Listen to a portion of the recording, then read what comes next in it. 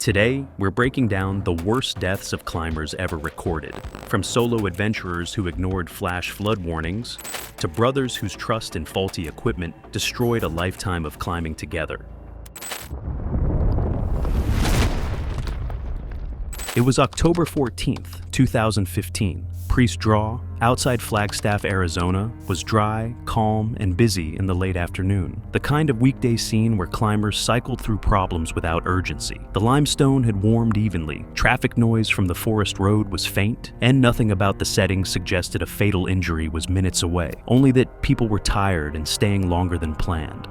Leo Gutierrez was 22, a Northern Arizona University finance major who had never climbed outdoors before. His entire knowledge of bouldering came from Instagram reels and TikTok videos, short clips of people falling onto colorful pads, laughing it off and trying again. The posts made it look effortless and safe, just like a gym but with better scenery. When his roommate Mateo invited him to try real rock, Leo jumped at the chance, thinking it would be the perfect content for his own social media. He showed up with borrowed gear and zero preparation. He had never heard the term rockfall and didn't understand why some climbers wore helmets. In the videos he watched, nobody seemed to worry about falling rocks, just falling climbers. He assumed the biggest risk was slipping off holds, not getting hit by something from above. The terrain was compact limestone, fractured in places, with shallow shelves and hollow features that had been weakened by countless freeze-thaw cycles over decades. That afternoon, Leo watched Mateo work a V4 traverse ending in a high mantle onto a sloping shelf. The route looked impressive on camera, and Leo was already planning his own attempt. The rock there had a known hollow sound when tapped, something experienced locals mentioned casually as a warning sign. Leo had never heard this advice, and wouldn't have understood its significance anyway. As Mateo climbed, Leo positioned himself directly underneath the root, craning his neck upward to get the best view. This was exactly where he'd stand in a climbing gym to watch someone on the wall above. He had no idea that outdoor climbing involved loose rock, or that standing in the fall zone was dangerous for reasons beyond just catching a falling climber. His phone was out, ready to capture the moment Mateo topped out. Mateo launched for the final move, missed a clean purchase, and his feet cut loose. His hands slapped desperately across the shelf as his full weight swung outward. A slab of limestone, roughly the size of a dinner plate and weighing approximately 12 pounds, broke free from the lip without warning. The separation was clean and silent until impact, the rock accelerating through 30 feet of open air. Leo was looking straight up through his phone screen, trying to frame the shot. He never saw the rock coming and never moved. It struck the left side of his head with devastating force, the limestone's sharp edge crushing through his skull like a sledgehammer through an eggshell. The impact created a massive depressed fracture that drove bone fragments deep into his brain tissue. His skull collapsed inward at the point of contact, instantly destroying the areas that controlled his breathing and heartbeat. His body collapsed immediately, muscle tone gone, knees buckling as he dropped onto the crash pad. Blood began leaking from his ear and pooling into the foam beneath him, a dark red stain spreading across the blue padding. His eyes remained open but completely unfocused, staring at nothing. Mateo scrambled down, screaming. Two climbers nearby froze in horror, then ran toward them. One dialed emergency services at 4:37 p.m. Reception was weak, and the call took several attempts. Bystanders tried to keep Leo still,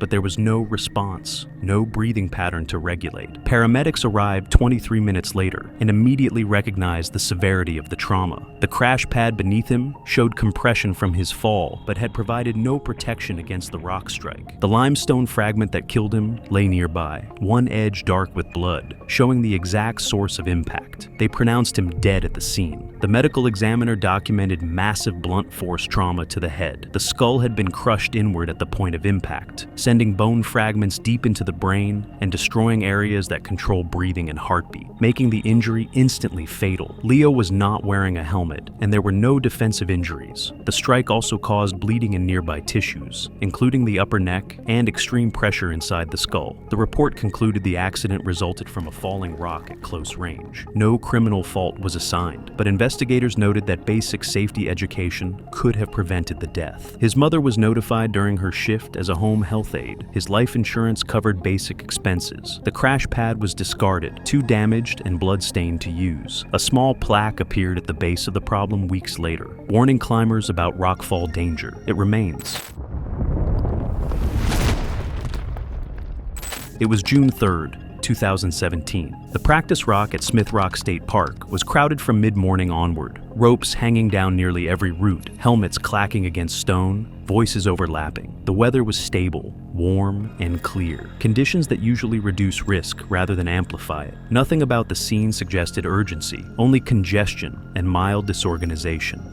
Alex Chen was 19, a first-year engineering student at Oregon State University on his first outdoor climbing trip. He was quiet, observant, and anxious to do things correctly, the type who reread instructions and hesitated before acting. His parents had immigrated years earlier, and academic achievement was central to family pride. Climbing was new to him, something he joined through an outdoor club to meet people and appear less withdrawn. Unlike the gym, there were no mirrors, no colored tape marking systems, and no instructor standing directly beside him. Everything happened at a distance, shouted upward through space and noise, leaving small details easy to miss. His father had recently bought him a professional-grade harness from a major outdoor retailer, an early birthday gift meant to support healthy hobbies. Alex trusted equipment and authority. He assumed systems worked if followed. He had practiced indoors, but had never been responsible for his own safety checks outside. The rock was volcanic tough, rough and featured, forgiving for hands, but unforgiving for falls. While gearing up earlier, Alex had adjusted the harness quickly to keep pace with the group. The waist belt had felt snug when he tugged it, and no one nearby performed a partner check. In the crowd, that step was quietly skipped without comment. The group consisted of 8 students managed by a single freelance guide. Darren contracted for the day. Darren was overseeing 4 top ropes simultaneously, moving between belayers and climbers. The system relied on verbal cues shouted over distance. Alex climbed a 5.6 route cleanly, focused and controlled, reaching the anchor without incident. At the top, he clipped his personal tether into the 2-bolt anchor as instructed. He was breathing hard, adrenaline high, arms tight from effort. From below, Darren was tying in another client. He called up instructions to check the knot and rappel. Alex looked down at his harness. Earlier, while gearing up, he had threaded the waist belt through the buckle, but had not completed the final step of feeding the webbing back through. The buckle appeared flat and aligned. He did not recognize the error. He signaled readiness and leaned back to weigh the rope. As his feet left the wall, the waist belt lost tension. The webbing slid smoothly out of the buckle in a fraction of a second. The harness detached completely from his body. There was no warning sound, no hesitation. Alex dropped straight down from approximately 60 feet. For an instant, his body stayed upright, arms slightly out, then rotated head first as gravity took control. He accelerated rapidly, reaching nearly 40 miles per hour before impact. He struck the compacted gravel and rock base with devastating force, his skull making contact first. The impact drove his head and neck downward, while his body's momentum continued, compressing his spine like an accordion. His skull fractured in multiple places on impact, the bone cracking like an eggshell under the enormous force. The impact crushed his brain instantly, destroying the parts that controlled his breathing and heartbeat. The impact produced a dull, heavy sound that echoed off the rock walls. His body folded unnaturally and then stopped moving. Blood began pooling beneath his head, seeping into the gravel. His neck had snapped from the violent compression, severing his spinal cord completely. Death was instantaneous. His brain and nervous system were destroyed on impact, though his body continued to bleed for several minutes as his heart gave its final beats. Dust rose and settled around his motionless form. One climber nearby turned away and vomited. Darren screamed from below and ran. Emergency services were called within seconds. Park rangers arrived first, followed by paramedics. Alex showed no signs of life, no pulse, no breathing, no response to any stimulation. He was pronounced dead at the base of the route. The area was cleared as onlookers stood silent, ropes still hanging unused. The medical examiner later determined death resulted from extreme impact trauma. The base of the skull fractured as the spine was forced upward, instantly destroying the brainstem. Multiple vertebrae were broken, and internal organs were catastrophically damaged. The harness was intact, but completely unfastened. The waist belt tail pulled free with no tearing. The incident was ruled accidental. No equipment failure was found. Human error and inadequate supervision were noted. His father arrived the next day. He examined the harness and said nothing. Legal action followed and ended quietly. The outdoor club dissolved within the year.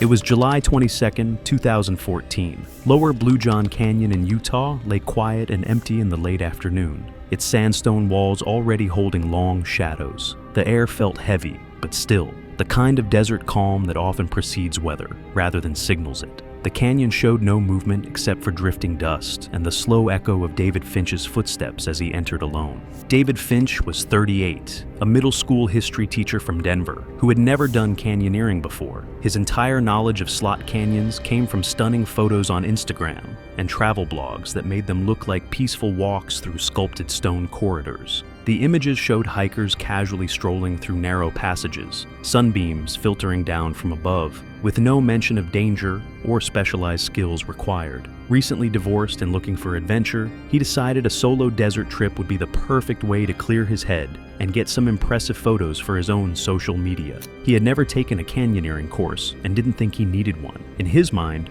slot canyons were just narrow hiking trails carved into rock, scenic but straightforward. He didn't understand that these formations were essentially vertical rivers, designed by nature to channel flash floods with devastating efficiency. He had no concept of hydraulic forces, entrapment hazards, or the fact that rain dozens of miles away could turn a peaceful canyon into a death trap within minutes. David showed up with standard hiking gear, a day pack with water, snacks, and a basic first aid kit. He carried no rope, no emergency beacon, and no exit strategy beyond walking back the way he came. He had glanced at a weather app that morning, saw clear skies locally, and assumed that was sufficient. He never checked upstream conditions or flash flood warnings. The canyon's terrain was smooth Navajo sandstone, sculpted into tight vertical corridors where water had only one place to go, straight through at tremendous speed. He entered the canyon in the late afternoon, much later than any experienced canyoneer would recommend. The timing didn't concern him because he viewed this as a casual hike, not a technical descent requiring careful planning. He had read online that flash floods were rare and figured the warnings were exaggerated to scare tourists. The slot canyon dampened sound and perspective, making it impossible to hear distant weather or judge how far he'd traveled. He reached a section called the corkscrew, a tight spiral barely wider than his shoulders. A brown chalkstone was stuck chest high at the narrowest point, worn smooth by years of water rushing past, a warning he didn't understand. He paused for a moment, hearing a faint rumble from upstream, but shrugged it off as wind or distant traffic. He had no idea it was the sound of water rushing toward him. This was exactly the kind of tight squeeze he'd seen in photos, and he was excited to experience it firsthand. Halfway through, his backpack caught on the rock. He tried to reverse but couldn't gain leverage in the narrow space. His chest was compressed between stone surfaces, arms pinned forward. Breathing became shallow, but he wasn't panicked yet, just frustrated by the awkward position. Minutes passed as he struggled to free himself. The distant rumble grew louder, but trapped in the rock, he couldn't identify the source. Then a wall of brown water surged around the upstream bend, carrying branches, debris, and the accumulated runoff from a massive thunderstorm that had dumped inches of rain on the watershed miles away. It struck his back with the force of a freight train. The water pinned him tighter against the chalkstone, forcing his ribs inward with crushing pressure. The slot filled completely in seconds. Water surged over his head, and his body was held immobile by thousands of pounds of hydraulic force. He could not raise his head or arms. The pressure made it impossible to expand his chest or take a breath. Muddy water filled his mouth and nose as he fought desperately for air that wasn't there. Sand and silt clogged his airways while the relentless current battered his trapped body. His ribs bent inward under the crushing force, several cracking audibly. The pain was excruciating, but worse was the realization that he couldn't breathe, couldn't move, couldn't escape. For 20 minutes, the flood continued at full force, battering him in place. His struggles grew weaker as his lungs filled with water and sediment. The lack of oxygen caused his vision to fade and his movements to become uncoordinated.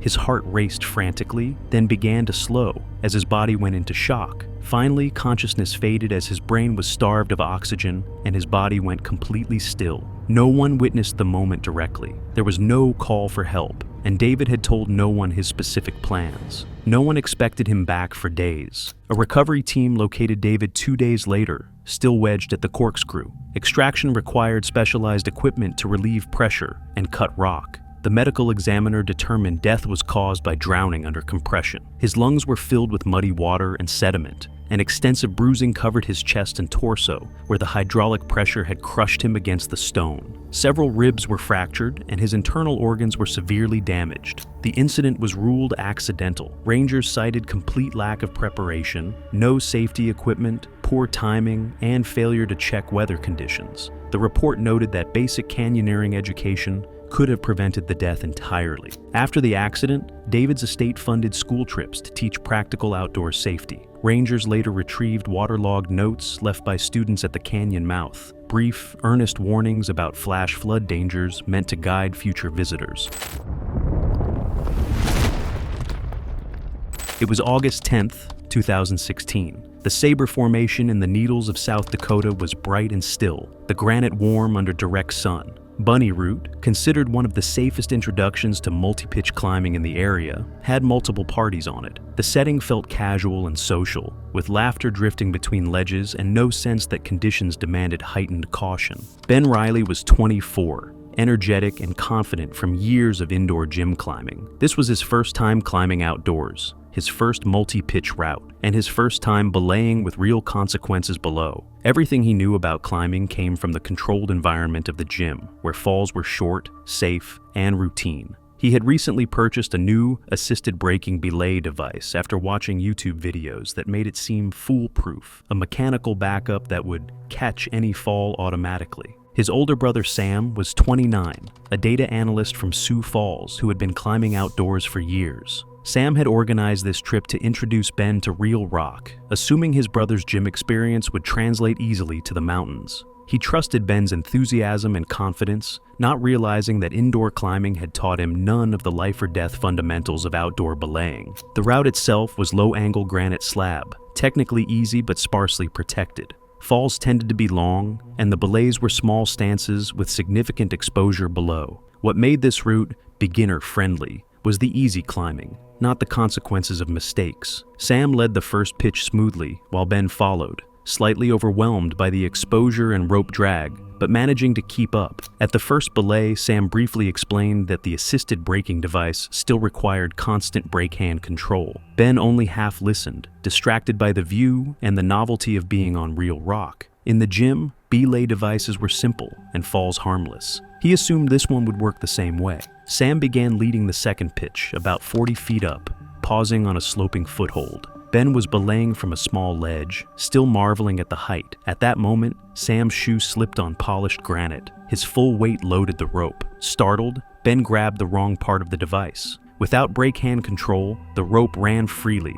No backup, no second chance. Sam fell roughly 90 feet, striking a sharp granite arête. His ribs collapsed, pelvis shattered, and multiple organs ruptured. Momentum carried him tumbling onto the talus slope, where he came to rest motionless. The fall took less than 5 seconds, and his injuries were immediately fatal. Rangers and paramedics arrived approximately 45 minutes later. Sam showed no signs of life and was pronounced dead at the scene. The medical examiner later documented massive blunt force trauma from multiple impacts during the fall. The belay device was tested and found to be in perfect working condition. The investigation concluded that the brake strand had been completely released during the critical moment. Authorities determined the death resulted from improper belay technique by an inexperienced climber. No criminal charges were filed, but the report noted that basic outdoor climbing education could have prevented the tragedy. Ben had never been taught the fundamental rule that your brake hand never leaves the rope.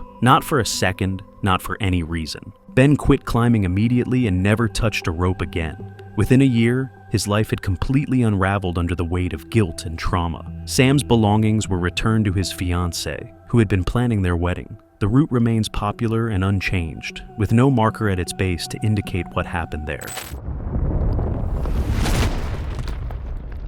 It was September 5th, 2013. The upper slopes of Hallett Peak in Rocky Mountain National Park were quiet in the late afternoon, with thinning foot traffic and clouds beginning to build. The ridge known as Camel's Hump dropped sharply away from the summit, a broken spine of granite leading toward the forest far below. The air was cooling and visibility was starting to dull as light shifted toward evening. Marcus Thorne was 41, a long-haul trucker who had never done any technical climbing or scrambling before. His entire outdoor experience consisted of walking on established hiking trails, and he viewed mountains the same way he viewed highways. Direct routes were always better than winding ones. He had driven to Colorado on a whim during a break between hauls, thinking a quick hike to a summit would be good exercise and maybe provide some decent photos. He had no understanding of what scrambling meant, or why certain terrain required specialized skills and equipment. In his mind, going down was always easier than going up,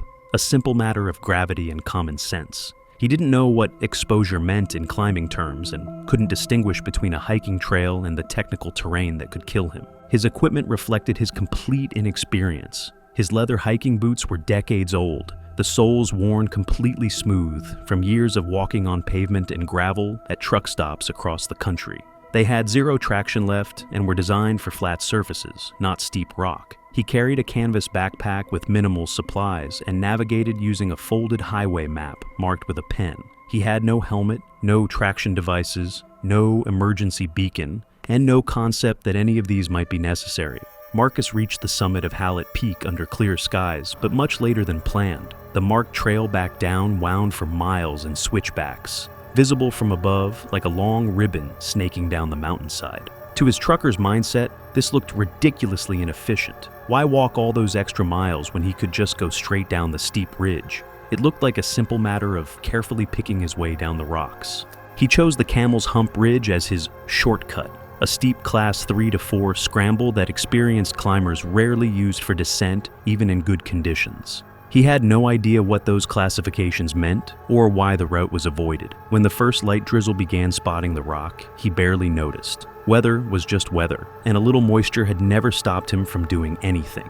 The granite was coated in black lichen, which became lethally slick once wet, something Marcus didn't recognize. He began descending a system of sloping ledges that would challenge even an experienced scrambler in dry conditions, each step demanding precise balance and friction his worn-out boots couldn't provide. As drizzle turned to steady rain, every surface became treacherous. 30 feet below yawned a jagged gully, narrowing into a chimney, a deadly trap he couldn't see or evaluate. Turning back would have meant climbing up the same slick slabs, impossible for someone so inexperienced, leaving him committed to a descent he didn't understand in lethal conditions. On the narrowest section of the ledge, his right foot slid without any resistance. His worn boot sole had no grip whatsoever on the wet granite. His body pitched forward as he tried desperately to regain balance, hands scraping across the slick rock but finding no purchase. He fell backward off the ledge and dropped roughly 30 feet into the gully, striking hard on his back. The impact was devastating. Several bones in his spine fractured when he hit the granite, and the force knocked the air from his lungs, leaving him gasping. Loose rocks shifted under his weight, sending smaller stones clattering below. Momentum carried him another 15 feet down the narrowing shaft before his body jammed violently in a constriction. He became wedged upside down, head and shoulders pressed into the dark chimney with no room to move. His right leg snapped against a sharp granite edge, tearing through muscle and fabric, and blood began pooling beneath his inverted head. His arms were pinned, chest compressed, and each breath caused sharp pain from broken ribs. Blood rushed to his head while steadily draining from his shattered leg. Every attempt to shift failed. The chimney held him like a vice, leaving him completely trapped. He shouted for help, his voice echoing uselessly off the granite walls. But he had told no one his plans, taken no established route, and chosen the most remote descent possible. His cries were absorbed by stone and wind, reaching no one. As evening fell, temperatures dropped sharply. The same rain that had made the rocks slick now soaked through his clothes, accelerating heat loss from his trapped body. Hours passed in agony. His voice grew hoarse and then failed entirely. His body temperature plummeted below 90 degrees, causing violent shivering that gradually stopped as hypothermia progressed. His heart rate slowed dramatically, and his breathing became shallow and irregular. Blood loss from the compound fracture weakened him further, while the inverted position put additional strain on his cardiovascular system. Consciousness began slipping in and out as his brain was deprived of oxygen and warmth. His muscles stiffened in the cold, and even the smallest movements became impossible. Sometime before dawn, he lost awareness entirely. Death came quietly from the combination of traumatic injuries, severe blood loss, and prolonged exposure to cold. a slow, agonizing end that took most of the night. His body was discovered a week later during a routine ranger patrol when vultures were spotted circling the ridge. Recovery required a technical rope operation and specialized equipment to extract him from the chimney where he had died alone. The coroner determined the cause of death was combined traumatic injuries and hypothermia. The broken femur was classified as a severe open fracture that had bled extensively. Blood pooling patterns confirmed he had died inverted. Abrasions on his back and scalp matched the granite surfaces inside the gully. Evidence indicated he had survived several hours after the fall, conscious and suffering. The death was ruled accidental. Investigators noted that the victim had attempted technical terrain without proper equipment, experience, or understanding of the risks involved. Marcus had no immediate family. His truck sat abandoned at the trailhead until it was impounded. A distant cousin was eventually located to settle his affairs, but his life savings from years on the road went unclaimed and reverted to the state. 5 climbers, 5 preventable deaths. From standing in unsafe positions to overlooked equipment errors, disregarded hazards to brief lapses in attention. Each story proves that in climbing, there are no small mistakes, only fatal ones that could have been avoided.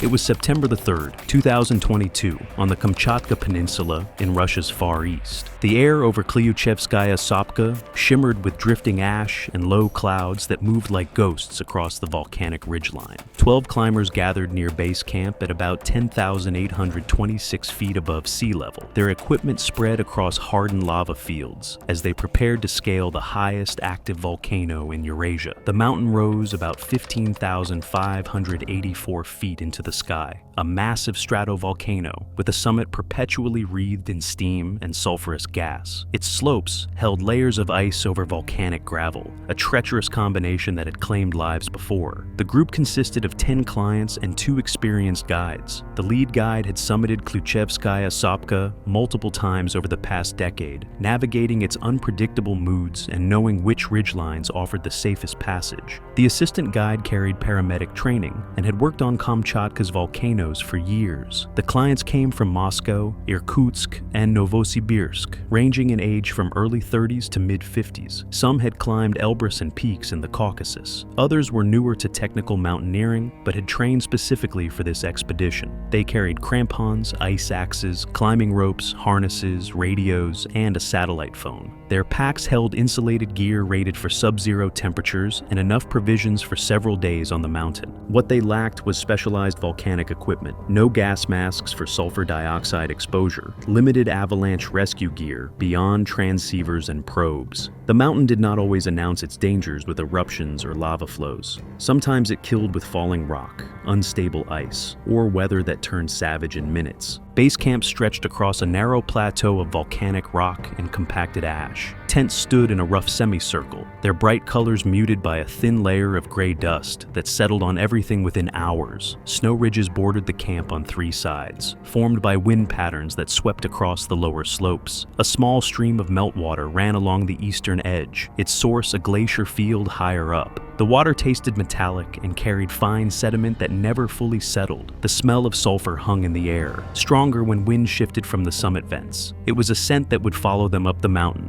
Equipment lay organized on tarps outside each tent. Industry-standard dynamic ropes lay coiled with ice screws and protection clipped to harness loops. Carabiners and quick draws hung within easy reach. They carried oxygen canisters for emergencies, though most expected to acclimatize naturally. Each person carried a radio and an emergency beacon. GPS trackers served as backup, though coverage often failed above 14,000 feet. The lead guide conducted a morning briefing on September 3rd, reviewing the route, emergency procedures, and turnaround times. He emphasized that Klyuchevskaya Sopka held a low summit success rate, not because of technical difficulty alone, but because weather and volcanic conditions change without warning. Helicopter rescue from Petropavlovsk-Kamchatsky required a multi-hour flight in good conditions. In poor weather, evacuation could take days. The nearest settlement with substantial medical facilities was Klyuchi, a small village reachable only by rough road or helicopter. They were isolated in a way few mountains enforced. A faint tremor rippled through camp around noon.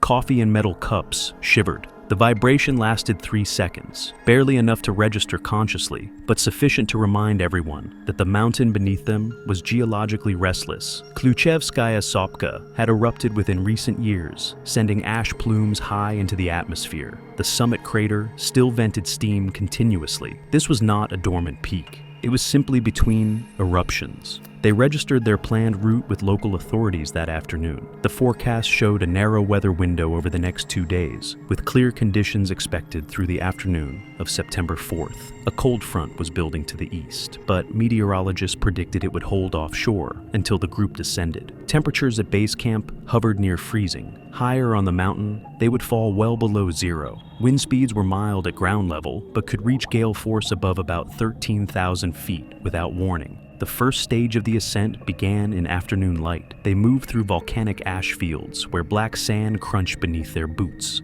The terrain rose gradually at first, allowing them to find their rhythm. Each step left a deep impression in the loose material, and looking back, they could see their trail winding down toward base camp like a dark scar. Thin streams of gas vented from cracks in the rock, releasing sulfur that stung their nostrils. The smell was faint but persistent, a reminder that beneath their feet lay a chamber of molten rock that had been active in recent years. Small tremors occasionally rippled through the ground, barely perceptible but enough to make equipment rattle. The landscape transformed as they gained elevation. Ash fields gave way to frozen scree, then to snow-covered slopes where wind had carved the surface into hard waves. The snow crust crackled under boots with each step, sometimes holding weight and sometimes breaking through to softer layers beneath. Wind hissed through upper vents on the mountain, a sound like breath through teeth that grew louder as afternoon progressed.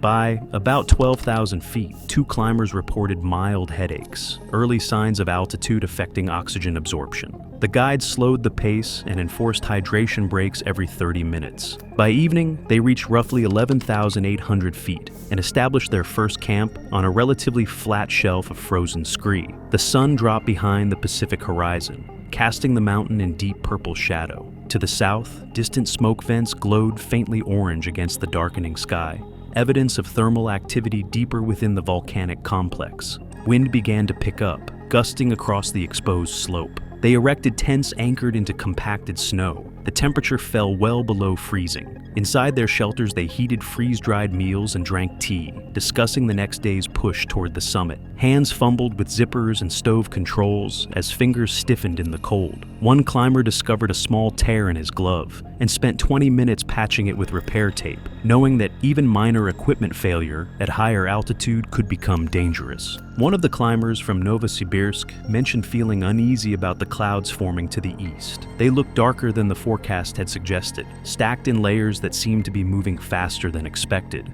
The lead guide acknowledged the concern, but noted that weather on Kamchatka often looked worse from below than it actually was. They would reassess at dawn and make a final decision then. Sleep came unevenly that night. The wind howled against tent fabric, and the mountain groaned with sounds that could have been ice shifting or rock settling deep within the volcanic structure. At 4 o'clock, the guides checked conditions outside. The lead guide used a handheld anemometer to measure wind speed at about 18 miles per hour, within acceptable limits. At camp, visibility remained decent, though clouds obscured the summit. The cold front had not arrived in full force. They discussed turnaround protocols and agreed on a hard cutoff time. If they were not at the summit by 6 a.m. on September 5th, they would descend regardless of proximity. The assistant guide expressed concern about a forecast revision he had received before losing signal the previous evening. Projected wind speeds at higher altitudes were now expected to rise substantially overnight. The lead guide weighed the information, recalculated their timeline, and decided the window was still viable if they moved efficiently. They decided to proceed. Inside the tents, climbers prepared gear with numb fingers. One woman from Moscow struggled to clip a carabiner, her hands clumsy despite insulated gloves. Another climber discovered his radio was producing static on the primary frequency, likely due to battery cold. He switched to a spare unit. Small frustrations compounded. A crampon strap broke during adjustment and had to be replaced. Someone misplaced their backup headlamp and spent 10 minutes searching through their pack in dim light. Tempers shortened with exhaustion and altitude. A brief argument erupted over rope order, resolved quickly but leaving tension in the air. These were the small fractures that appeared before larger failures, stress showing in minor ways. The second day's climb began before sunrise. Headlamps cut narrow beams through darkness as they roped together in teams of 4, with one guide leading the first group and the assistant guide managing the rear. The route steepened considerably above 11,500 feet, transitioning from ash fields to ice-covered volcanic rock.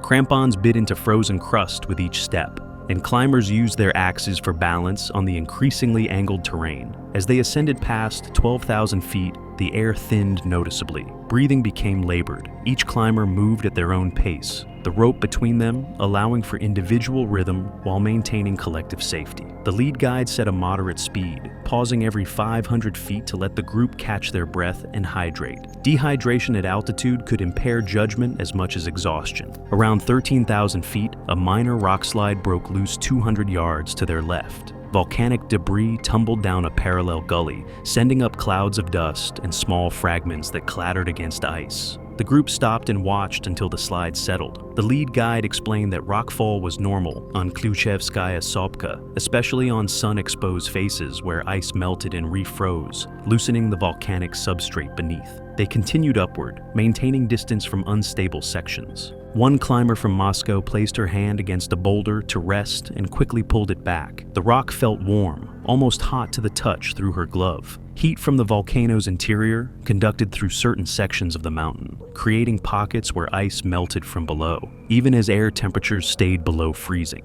The paradox of climbing an active volcano became tangible in that moment, the realization that they were ascending something alive and restless. By about 13,800 feet, gale-force gusts lashed the ridge, often topping 50 to 60 miles per hour. The summit loomed another 700 to 800 feet above them, visible through gaps in the clouds. Wind speed had increased and gusts were noticeably stronger. The temperature dropped further. Weather remained climbable for the moment, but the eastern sky had darkened considerably. The cold front was arriving earlier than predicted. The lead guide gathered the team for a decision point. They could attempt the summit push that evening, taking advantage of the remaining stable window, or they could wait until morning and risk the front arriving in full force. Several climbers voted to continue. They had come too far to turn back when the summit was within reach. Others expressed hesitation, noting the deteriorating visibility and the wind's growing intensity. After 15 minutes of discussion, the guide made the call. They would rest for 2 hours, then begin a night ascent at 2000 hours, aiming to reach the summit by dawn and descend before the worst weather hit. The decision was made, equipment was checked, radios were tested and confirmed functional. Headlamps received fresh batteries. Each climber ate an energy bar and forced down water, knowing that dehydration and fatigue were their greatest enemies now.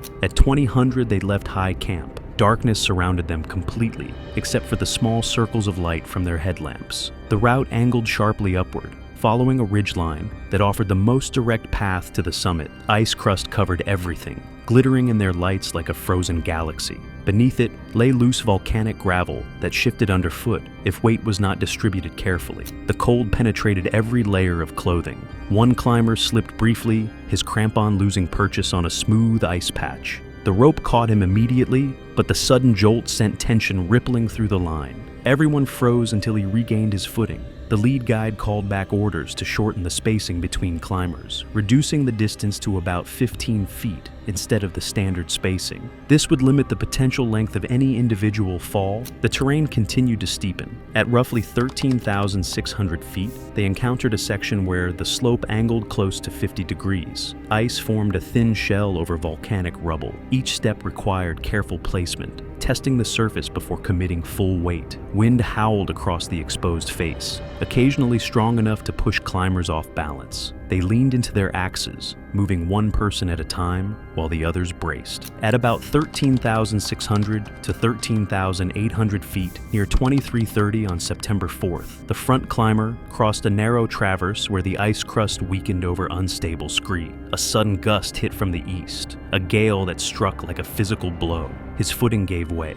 The ice cracked beneath him, and volcanic gravel offered no resistance. He fell. The rope snapped taut. Within seconds, the sudden load pulled the climber behind him off balance. She tried to self-arrest with her axe, but the blade skittered across hard ice without catching. The rope jerked the third climber sideways. Anchors placed in loose volcanic substrate failed under sudden load. a known hazard where thin ice overlays unstable scree, allowing the line to pull free. The second rope team, some feet behind, heard the shouts and immediately dropped into arrest positions. Their guide drove his axe deep and braced. The weight of 4 falling climbers transmitted through interconnected safety lines, creating forces that exceeded what their anchors could sustain. 2 more climbers were yanked off their feet. The mountain had become a lethal slide of ice over gravel, offering nothing solid to grip. They tumbled several hundred feet down the steep volcanic face, the rope-fed fall carrying bodies and debris through darkness. Ice and rock tore at clothing and exposed skin. The sounds were disorganized. Voices, ice breaking, equipment hitting stone, the sickening impact of bodies hitting the slope again and again. Headlamps spun wildly, their beams cutting erratic arcs through the night before some went dark entirely. When the slide finally stopped, the mountain fell silent except for the wind. 9 climbers lay scattered across a debris field at roughly 12,800 feet.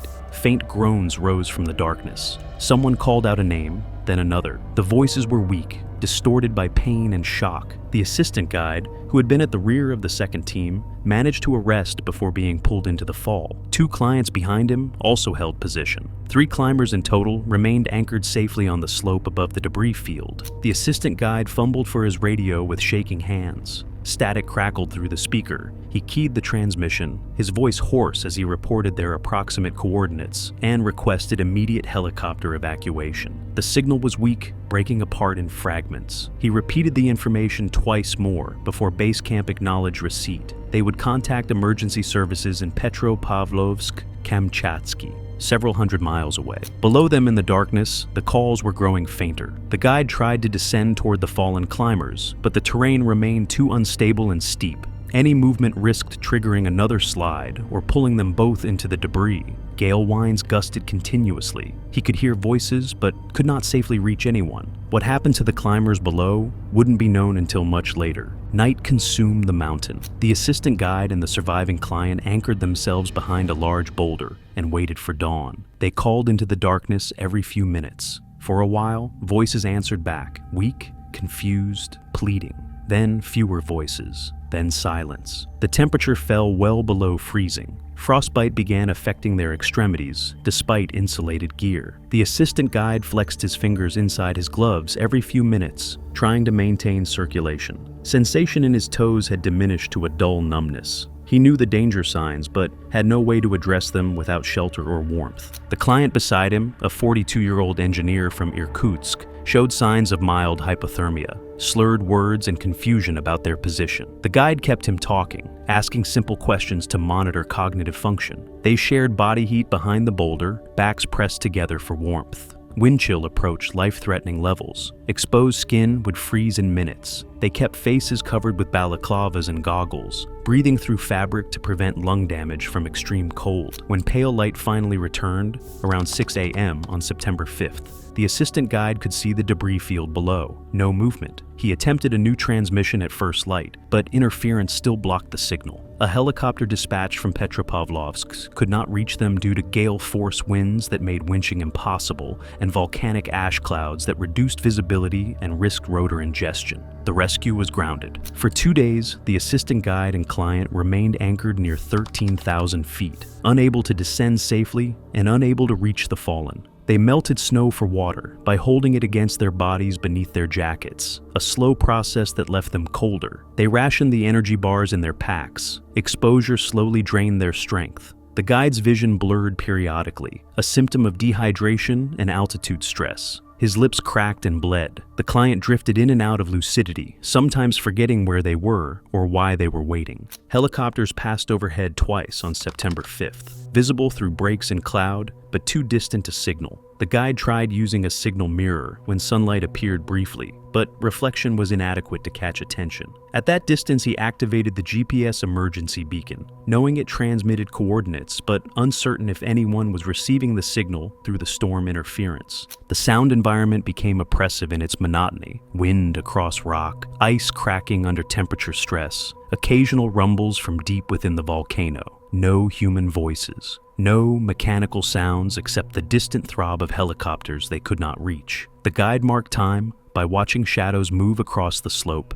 calculating hours until the next potential rescue window. He cleared ice from his goggles periodically and checked the client's pulse, noting it slow as hypothermia advanced. On the second night, September 6th, wind finally eased and cloud cover thinned. The guide allowed himself brief moments of sleep, waking often to check conditions and ensure they remained anchored. He knew rescue would come at first light if weather held. He focused on keeping both of them alive until dawn. On September 7th, weather conditions finally improved enough for helicopter operations. A rescue team spotted movement on the upper slopes and directed the aircraft to the 3 survivors. They were winched up and flown to the hospital in Petropavlovsk-Kamchatsky. They suffered severe frostbite and hypothermia, but survived. Recovery teams returned to the mountain over the following week as weather permitted. What they found in the debris field confirmed the worst fears. Of the 9 climbers who fell, 7 had died from injuries sustained during the slide. Broken necks, fractured skulls, massive internal trauma from impacts against ice and volcanic rock. 2 had survived the initial fall, but succumbed to hypothermia during that first night, their bodies unable to maintain core temperature without shelter or heat in the sub-zero conditions. They had likely been among those calling out in the darkness before the voices stopped. The bodies were retrieved one by one and flown off the mountain. Official inquiries concluded the tragedy resulted from a sequence of mechanical failures on steep,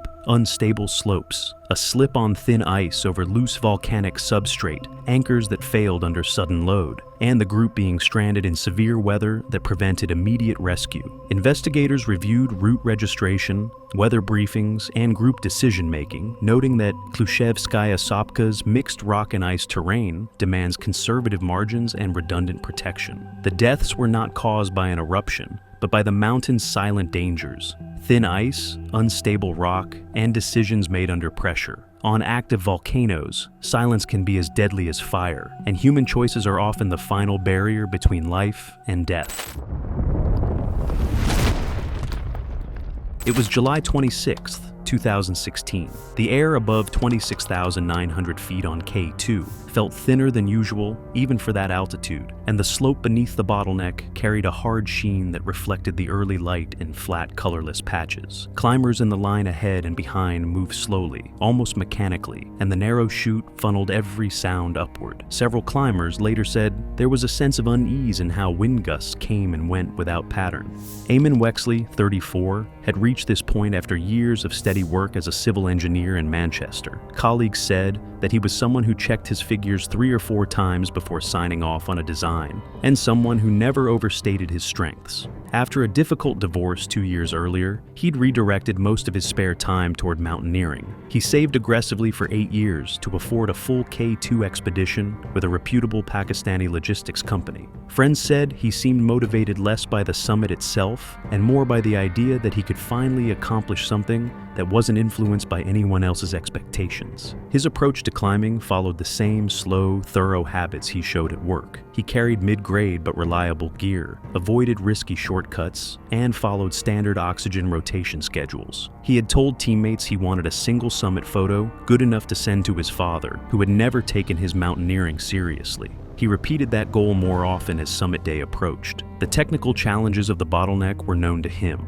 a narrow traverse under an unstable serac, a single fixed rope for all upward and downward movement, and ice often polished by years of climbers' crampons. He understood these factors clearly, but he also believed strict caution would keep him safe. The team set out for the summit push at 1 a.m., moving under stable skies but with a forecast of irregular gusts after sunrise. As they neared the bottleneck, the group became compressed into a slow queue. Climbers needed to pass anchors one at a time, and the single line meant no one had room to correct a stumble. Several returning climbers mentioned thin, wind-hardened ice coating the slope, but no one considered turning around. The wind remained inconsistent, a few minutes calm, then a sudden push from the south. When Eamon reached the midpoint of the bottleneck, he paused where the line briefly leveled. According to 2 climbers who were roughly 10 to 15 feet from him, he said he wanted a quick selfie without the rope visible. He unhooked his safety carabiner and stepped a little to his right, placing his boots on what looked like a flatter patch of ice. He planted his axe lightly into the surface while adjusting his camera. The slope beneath him was angled enough that even a minor slip could accelerate into an uncontrollable fall, but he seemed confident he would stay braced long enough for a single photo.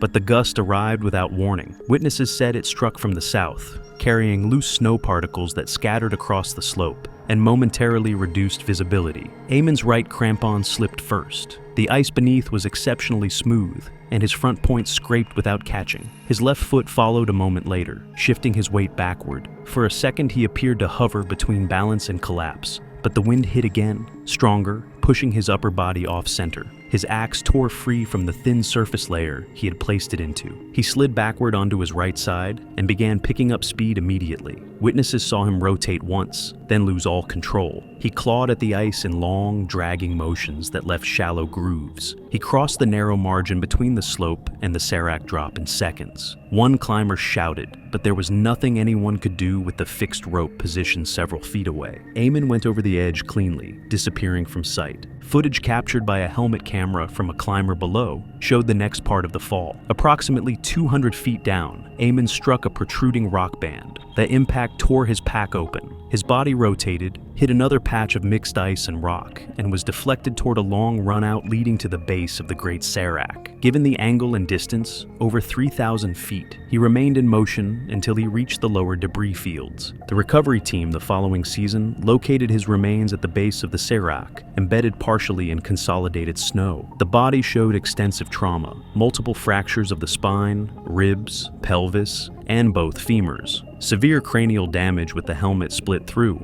and shredded down insulation indicating high-speed tearing during descent. The autopsy listed the cause of death as massive polytrauma, consistent with a fall exceeding 3,000 feet. Several fragments of his gear were found spread widely, allowing investigators to reconstruct parts of the fall path. It emphasized that even experienced climbers had little chance of arresting a slide in those conditions. The report recommended updated guidelines advising climbers not to step off the main line for photography at high-risk choke points. His ex-wife declined interviews, but attended a small memorial at the Manchester climbing gym where he had trained.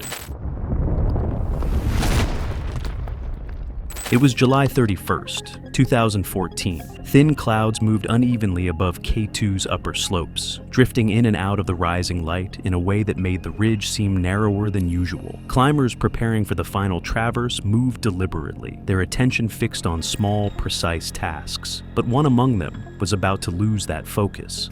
Lorenzo Faggi, 41, had arrived at this point after a decade of modest but steady climbing progression. At home in Bergamo, he worked as a high school physics teacher and was the parent most present for his two children after his wife's long work shifts. His climbing partners described him as conversational, sometimes to the point of irritation, because he insisted on explaining the physics behind anchor systems even on routine outings. This K2 expedition was the only major climb he had ever planned on his own. Technically, Lorenzo understood the terrain he was entering. The Camp 4 traverse was narrow, angled outward, and exposed to sudden gusts funneled between ice formations. Climbers relied on fixed ropes left in previous seasons, some still reliable, others worn enough to require cautious testing. His gear was standard, a well-fitted sit harness with adjustable leg loops, crampons sized to his boots, and a belay device he rarely needed at this altitude. He repeated to teammates the importance of redundancy, though he also knew the reality at high altitude often forced the use of a single rope simply because there was no practical alternative. The environment demanded constant self-checks, but it also pressed climbers into moving efficiently to avoid bottlenecks. The summit push started in the early hours before sunrise. The forecast predicted increasing wind after noon,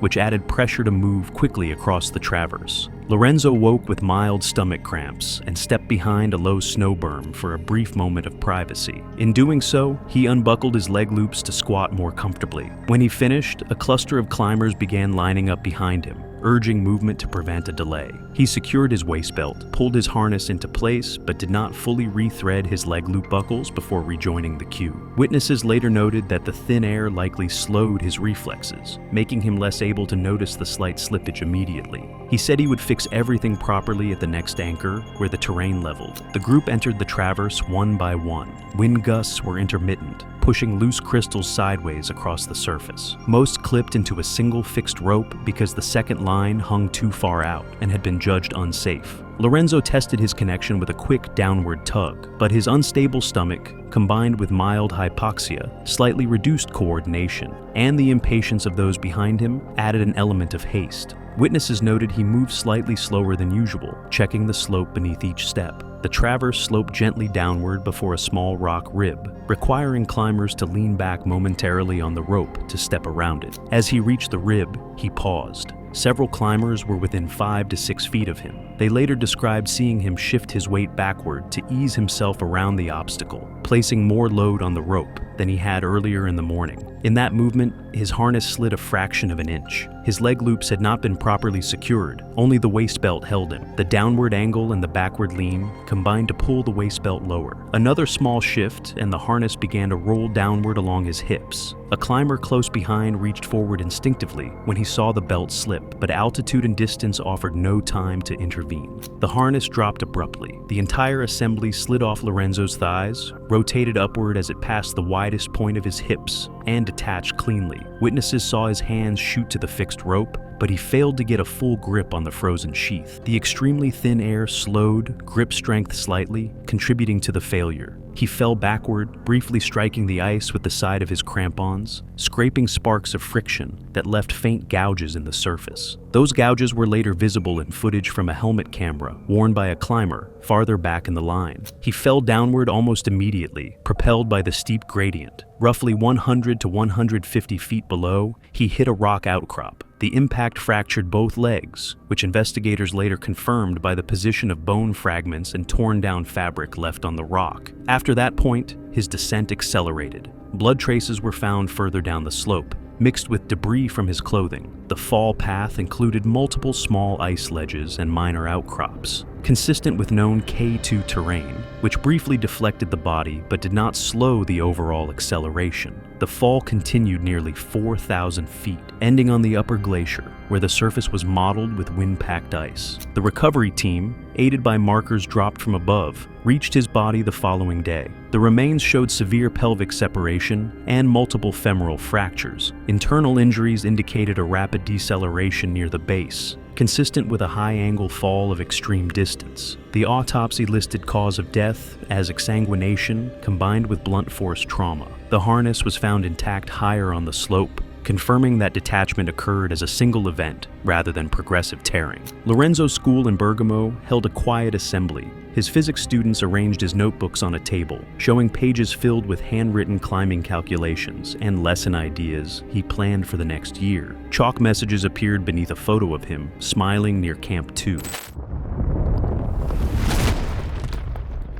It was July 21st, 2015. The upper section of the Black Pyramid on K2 shifted between calm and sudden blasts of wind. Several climbers recalled later that the surface had a thin shine to it that morning, a suggestion of concealed verglas patches forming overnight beneath granular snow.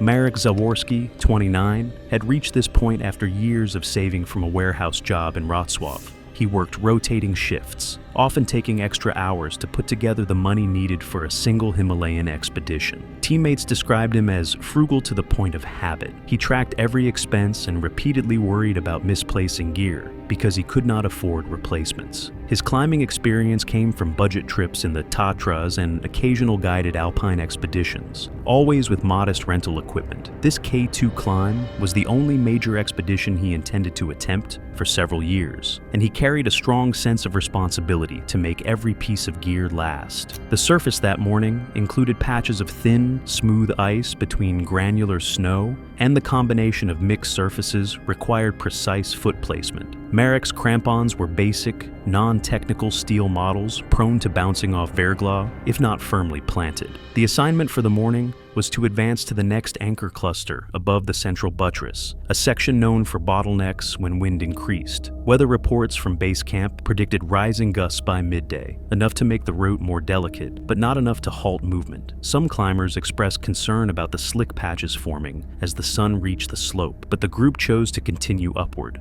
Marek moved in the middle portion of the line, checking gear repeatedly. Witnesses later said he looked preoccupied, focusing more on his equipment than the micro variations in slope angle and ice texture beneath each step. During a short rest on a small ledge, Marek removed a glove to adjust his grip and clipped both gloves to a carabiner on his pack. He tugged on the clip several times to confirm it was secure. A gust struck from below, swirling in a short upward motion, and one glove tore free. It slid across the icy slab and began drifting toward a downward slope that fed into a narrow couloir. Marek reacted immediately. Losing the glove meant exposing his hand to sub-freezing temperatures for the remainder of the climb, something he could not afford with his limited backup gear. He lunged forward after it without resetting his stance or verifying the surface beneath him. Several climbers saw his movement. His right crampon hit a patch of verglas and skittered sideways, making a sharp, scraping sound. He attempted to stabilize with his axe, swinging it downward to catch a crack or edge, but the tool bounced off the hard ice due to insufficient penetration and angle. His body shifted forward with the failed swing, and he lost all balance.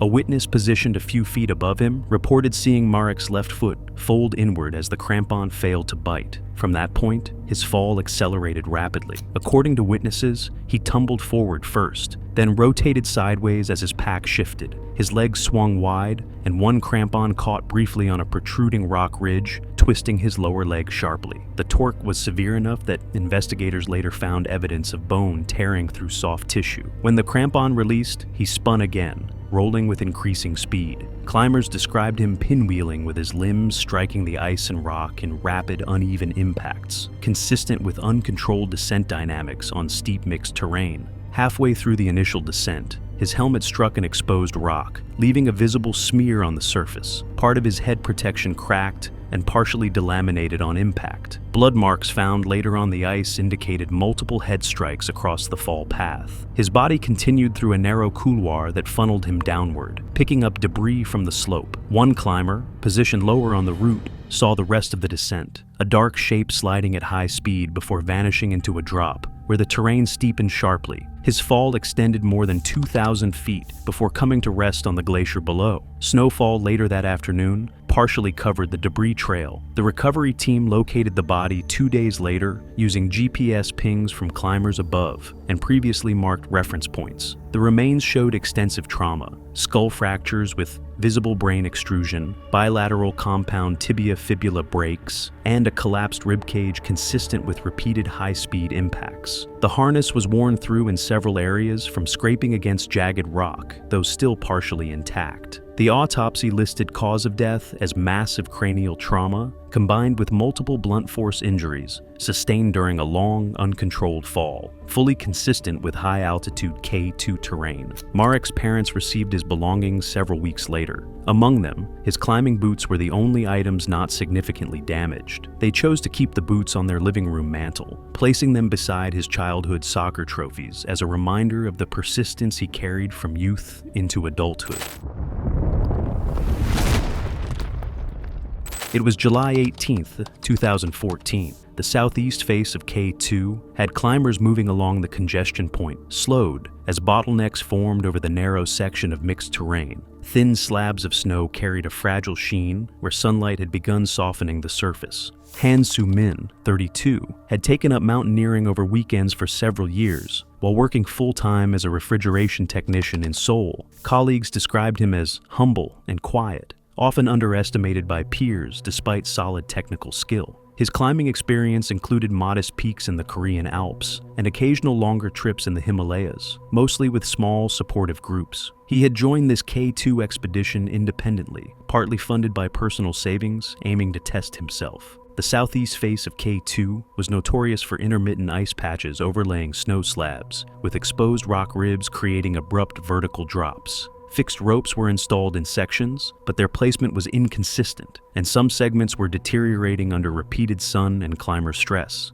Climbers needed to distribute weight carefully, test every hold, and ensure secure attachment to ropes when possible. He understood these requirements fully, and his deliberate style had kept him safe so far. That morning, the group slowed into a dense queue at a steep stretch where snow slabs overlay ice and fractured rock. Temperatures remained sub-zero, but sunlight had begun weakening surface layers, though not enough to warn all climbers clearly. Other climbers noticed that faster climbers passed Soo-min frequently, some making light jokes about his slow pace. A mix of embarrassment and the urge to keep moving drove him, and when a teammate pointed toward a nearby ice wall, he saw a chance to bypass the congestion. The slope adjacent to the main line had sun-exposed ice resting over harder ice and loose material, known to team veterans as highly unstable. Despite protests from nearby climbers, Sumin chose to step off the main path and onto the side slope. He tested the top few inches with his axe and crampon points, but misjudged the snow-ice interface. The crust layer had begun to melt subtly beneath the sun,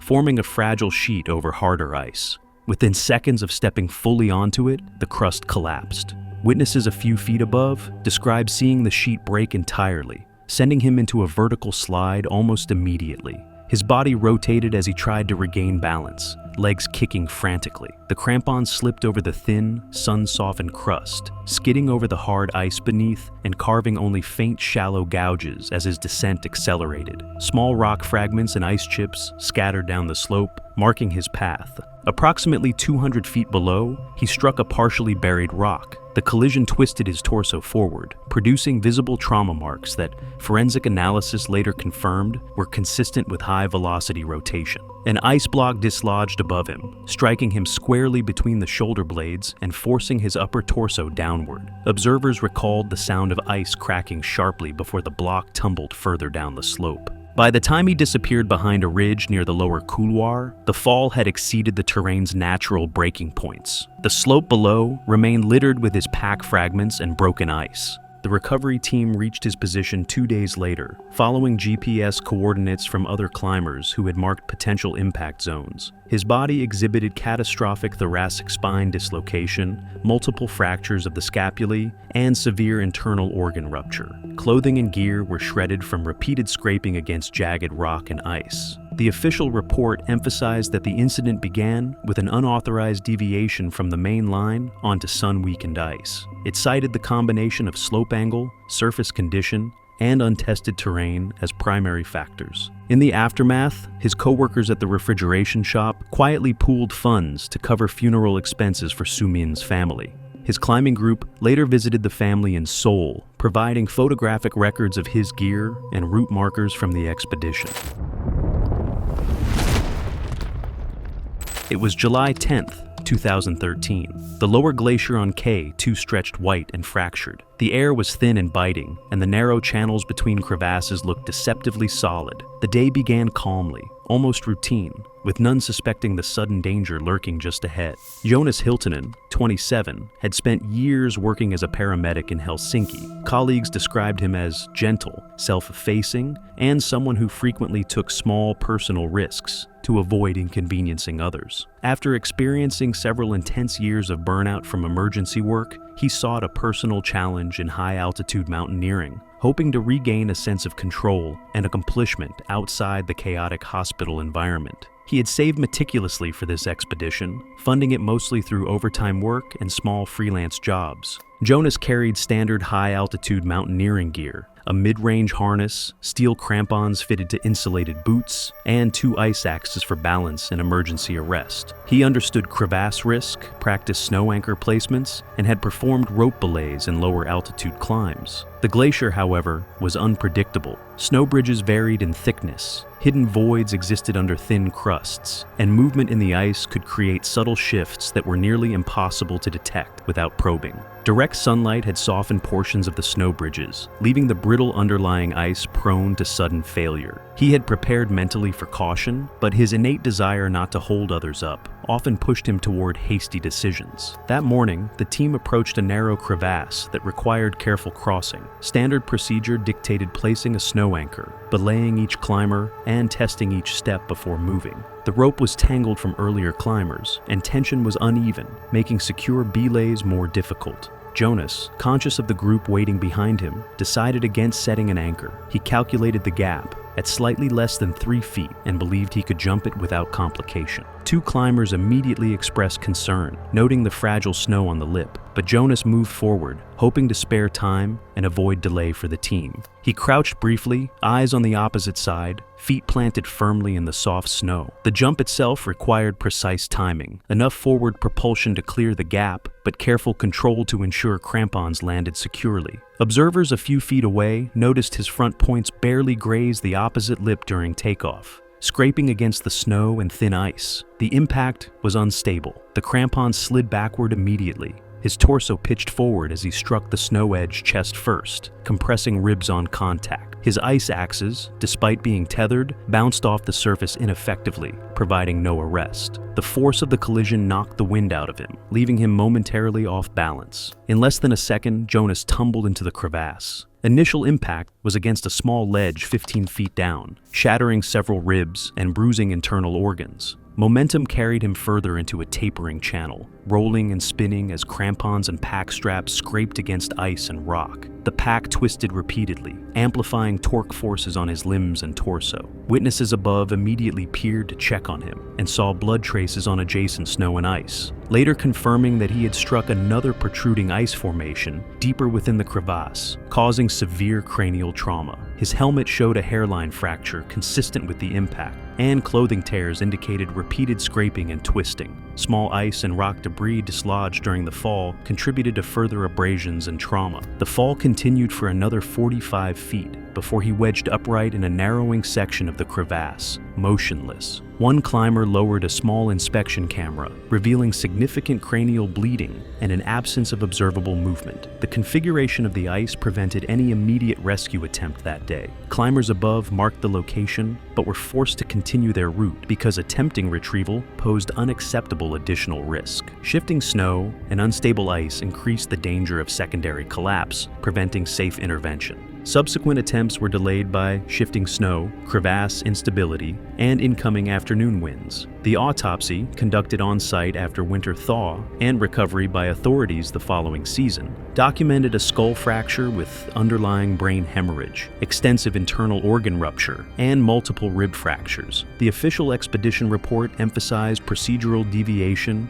and the dangers of rushing across unsecured glacier terrain. While Jonas's technical preparation had been sufficient for standard belayed crossings, the impulsive decision to jump a 3-foot crevasse under group pressure eliminated any margin for error. Back home, Jonas's paramedic station held a quiet memorial. Crew members pinned their old shift badges to a board, symbolizing his dedication and presence. His locker remained sealed indefinitely, a silent tribute by colleagues who understood both the personal drive that led him to K2. It was March 18, 2019, on the south side of Mount Hood in Oregon. The upper mountain had been closed for 2 days because of unstable snow and high winds, and the timberline climbing rangers had posted warning signs at the trailhead. The temperature had dropped overnight, refreezing the slope into hard ice, and forecasts showed new gusts moving in before noon. For most climbers, that was enough reason to turn around. However, 27-year-old Corey Wallace wasn't most climbers. He lived in Portland and had built a small online identity around taking unapproved routes on local mountains. Friends later told investigators that Corey often bragged about slipping past closure signs and believed the rules were aimed at inexperienced hikers, not someone like him. He had climbed Mount Hood once before in mild summer conditions, and that single successful ascent seemed to give him confidence far beyond his actual experience. This time, he wanted to reach the summit alone, before anyone else, on a morning when the mountain wasn't legally open to climbers at all. Corey pulled into the Timberline parking lot around 4:30 a.m., well before rangers made their first patrol. Several people getting ready at their cars noticed him walk straight past the bright orange closures posted at the trailhead. He didn't even slow down. To him, the barricades looked more like suggestions than restrictions. He carried a light pack-case, a single ice axe, and aluminum crampons. Gear meant for soft summer snow, not the rock-hard ice left behind after an overnight freeze. Rangers later pointed out that early season conditions on Hood usually require at least 2 technical tools and self-rescue equipment, none of which Corey brought. The first part of his climb looked normal. His footprints appeared on the lower slope heading toward the Hog's Back, a thin snow ridge that funnels climbers up toward the crater. Just after sunrise, a guided group below spotted a lone headlamp far ahead of them. Their guide later recalled seeing Corey climb aggressively, cutting straight up steep sections instead of following the safer switchback path set by previous teams. By 8 a.m., the weather began to shift. Wind gusts pushed across the upper mountain, blowing loose snow sideways and revealing patches of blue ice underneath. Climbers farther downslope said they instantly felt the conditions change, the kind of wind that makes every step less secure. Above the Hog's Back, the terrain becomes sharply exposed, and slipping there can mean sliding hundreds of feet with almost no chance of stopping. Around 8:20 a.m., the guided team watched Corey approach the Pearly Gates, a narrow chute leading to the summit ridge. The chute is known for funneling falling ice and is often closed whenever the mountain becomes unstable. Rangers had warned repeatedly that week to avoid it due to warm daytime temperatures and fractured ice near the upper walls. Corey stood at the entrance for a moment, looked upward, and then started climbing into the chute anyway. That was the last time witnesses saw him making steady progress. According to later statements, Corey paused briefly at the entrance to the Pearly Gates and looked upward. Climbers behind him assumed he was evaluating the chute or checking for falling ice. After a short pause, he stepped forward and began climbing directly into the narrow corridor, committing himself to a route that had been closed all week. For several minutes, the guided team below continued watching his progress. Then, around 8:35 a.m., a sharp cracking noise echoed across the crater, loud enough that climbers in multiple locations heard it at the same time. Witnesses described it as the sound of ice shearing under tension. A block of ice, loosened by the warming sun and strengthening winds, broke free from the upper wall of the chute. The guided team saw Corey react instantly, trying to brace with his axe, but the falling ice struck the slope beside him and sent him off balance. He fell backward, striking the hard, wind-polished snow, and immediately began sliding. Witnesses said he accelerated almost instantly. There was no chance to self-arrest on the icy surface. As he dropped out of the chute, he hit the slope below with enough force to bounce once before continuing downslope. A moment later, he vanished over a small roll of terrain that hid the lower section of the crater bowl from view. Climbers who saw the fall estimated that the entire slide, from the first slip to disappearing, lasted less than 10 seconds. Rangers responded as soon as the call went out over the radio. A rescue team began climbing toward the crater, moving as quickly as the conditions allowed. They reached Corey roughly 40 minutes later, near the bottom of the bowl, where the fall had carried him several hundred feet from the point of impact. Medical personnel checked for vital signs, but found none. His injuries, severe blunt force trauma to the head and torso, matched what rescuers commonly see in high-speed falls on hard alpine snow. There was nothing more they could do. Because the route had been officially closed, the investigation moved quickly. Witnesses and weather logs confirmed that the Pearly Gates chute had been unstable for hours, with icefall warnings issued the day before. The falling block that struck him triggered the slip that led to the fatal fall. After the incident, authorities reinforced the closure at the trailhead and added fencing near the Hog's Back to keep climbers from entering the chute during unstable conditions. It was March 2nd, 2020, in the Blue Mountains of New South Wales. Afternoon temperatures had warmed the sandstone cliffs, and the air carried a mix of dry heat and dust from the valley below. One of the most famous walls in the area, known as the Cathedral Wall, had been officially closed for years. Rangers fenced it off, hung bright warning signs, and added cameras after several large rock pieces peeled off without warning. The closure meant no climbing, no hiking along the base, and no exceptions. But 24-year-old Alex Porter walked toward it anyway. Alex grew up in Sydney and worked part-time at an indoor climbing gym. Friends later told investigators that he spent most of his time practicing bouldering problems and indoor routes, where the holds were solid and the ground was padded. Outdoors, he had far less experience. He liked talking about risk and wanted to build a social media following by filming climbs he believed looked bold. According to people who knew him, Alex often said closures existed only to protect beginners, not people who he thought climbed at his level. That afternoon, around 3 p.m., he parked his car at a small pull-off near the trail. The closure signs were impossible to miss. Bright yellow boards bolted to a metal barrier that wrapped around the old approach path. Rangers had added fencing, warning tape, and even small security cameras after previous rock falls. Alex didn't pause to read anything. A witness saw him step over the barrier in seconds. From there, He walked with a steady, almost casual pace toward the cliff, carrying only a small backpack, a water bottle, and a camera he planned to use for footage. According to the hiker who watched him, he didn't appear nervous or rushed. He looked like someone who believed he knew the terrain better than the people who had shut it down. The cathedral wall itself is striking from a distance, tall, golden sandstone shaped by years of wind and rain. Climbers once loved its long lines and big features, but the same qualities that made it pretty also made it dangerous. The rock was soft and flaky, a type of sandstone that eroded faster than anyone expected. After several seasons of heavy rainfall, large sections of the wall began peeling off in unpredictable slabs. Holds that had lasted for decades suddenly fell away with almost no warning. Land managers had documented multiple near misses in the years before the closure, including one case where a block the size of a refrigerator broke free less than 10 minutes after a hiking group passed beneath it. Other climbers reported holds shifting under body weight or whole sheets of sandstone separating along hidden fractures. After enough incidents, rangers concluded that no amount of maintenance or signage could make the area reliably safe. They closed the entire crag, reinforced the fencing, and listed Cathedral Wall as one of the few cliffs in the region completely off limits to climbing. Still, Alex stepped toward it anyway, into a place experts had stopped trying to protect because the hazards couldn't be managed. He set down his camera, angled it toward the wall, and began chalking his hands. The hiker who watched from the nearby trail later said he looked relaxed, stretching like someone preparing for a routine gym route. There was no rope, no harness, and no partner, just Alex and a 200-foot sandstone face known for breaking apart without warning. He started climbing a line that had once been a moderate sport route before it was closed.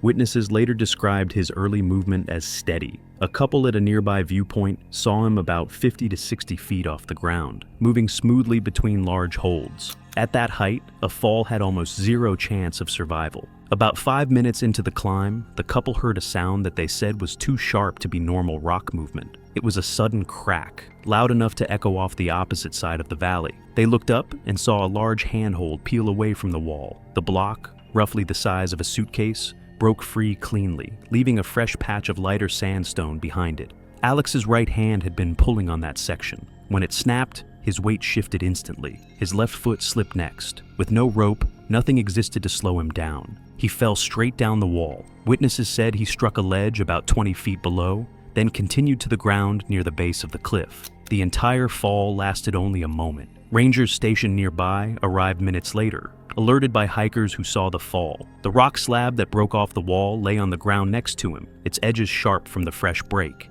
Medical personnel confirmed Alex had no pulse. The investigation lasted only a short time. The cliff had been closed for years, and the break in the rock showed why.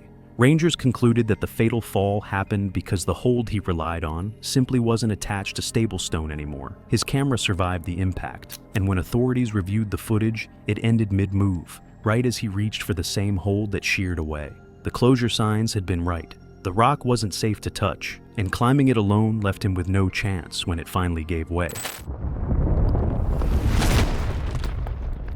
It was June 11th, 2021, on the Muir snowfield of Mount Rainier in Washington. The mountain had seen 2 warm weeks back to back, and the heat had changed the glacier surface faster than usual. Snow bridges were thinning, crevasse mouths were widening, and guides had already reported several collapses on the Ingraham Glacier route. Rangers posted an advisory that morning: stay on the flagged route. Do not travel off the markers. That warning wasn't optional. The flagged line had been set only after several crevasses opened close to the usual trail earlier that week. Climbing rangers spent hours probing the glacier with long poles, marking every safe section and rerouting the path around thin snow bridges. Off the markers, the surface looked smooth, but the depth of the snow, and whether it could support a person's weight, was completely unknown. One wrong step could drop straight into a hidden void. 33-year-old Nathan Hale chose to ignore the advisory. He was a strong trail runner from Seattle who frequently hiked the lower sections of Rainier and had summited smaller volcanoes like Mount St. Helens and Mount Hood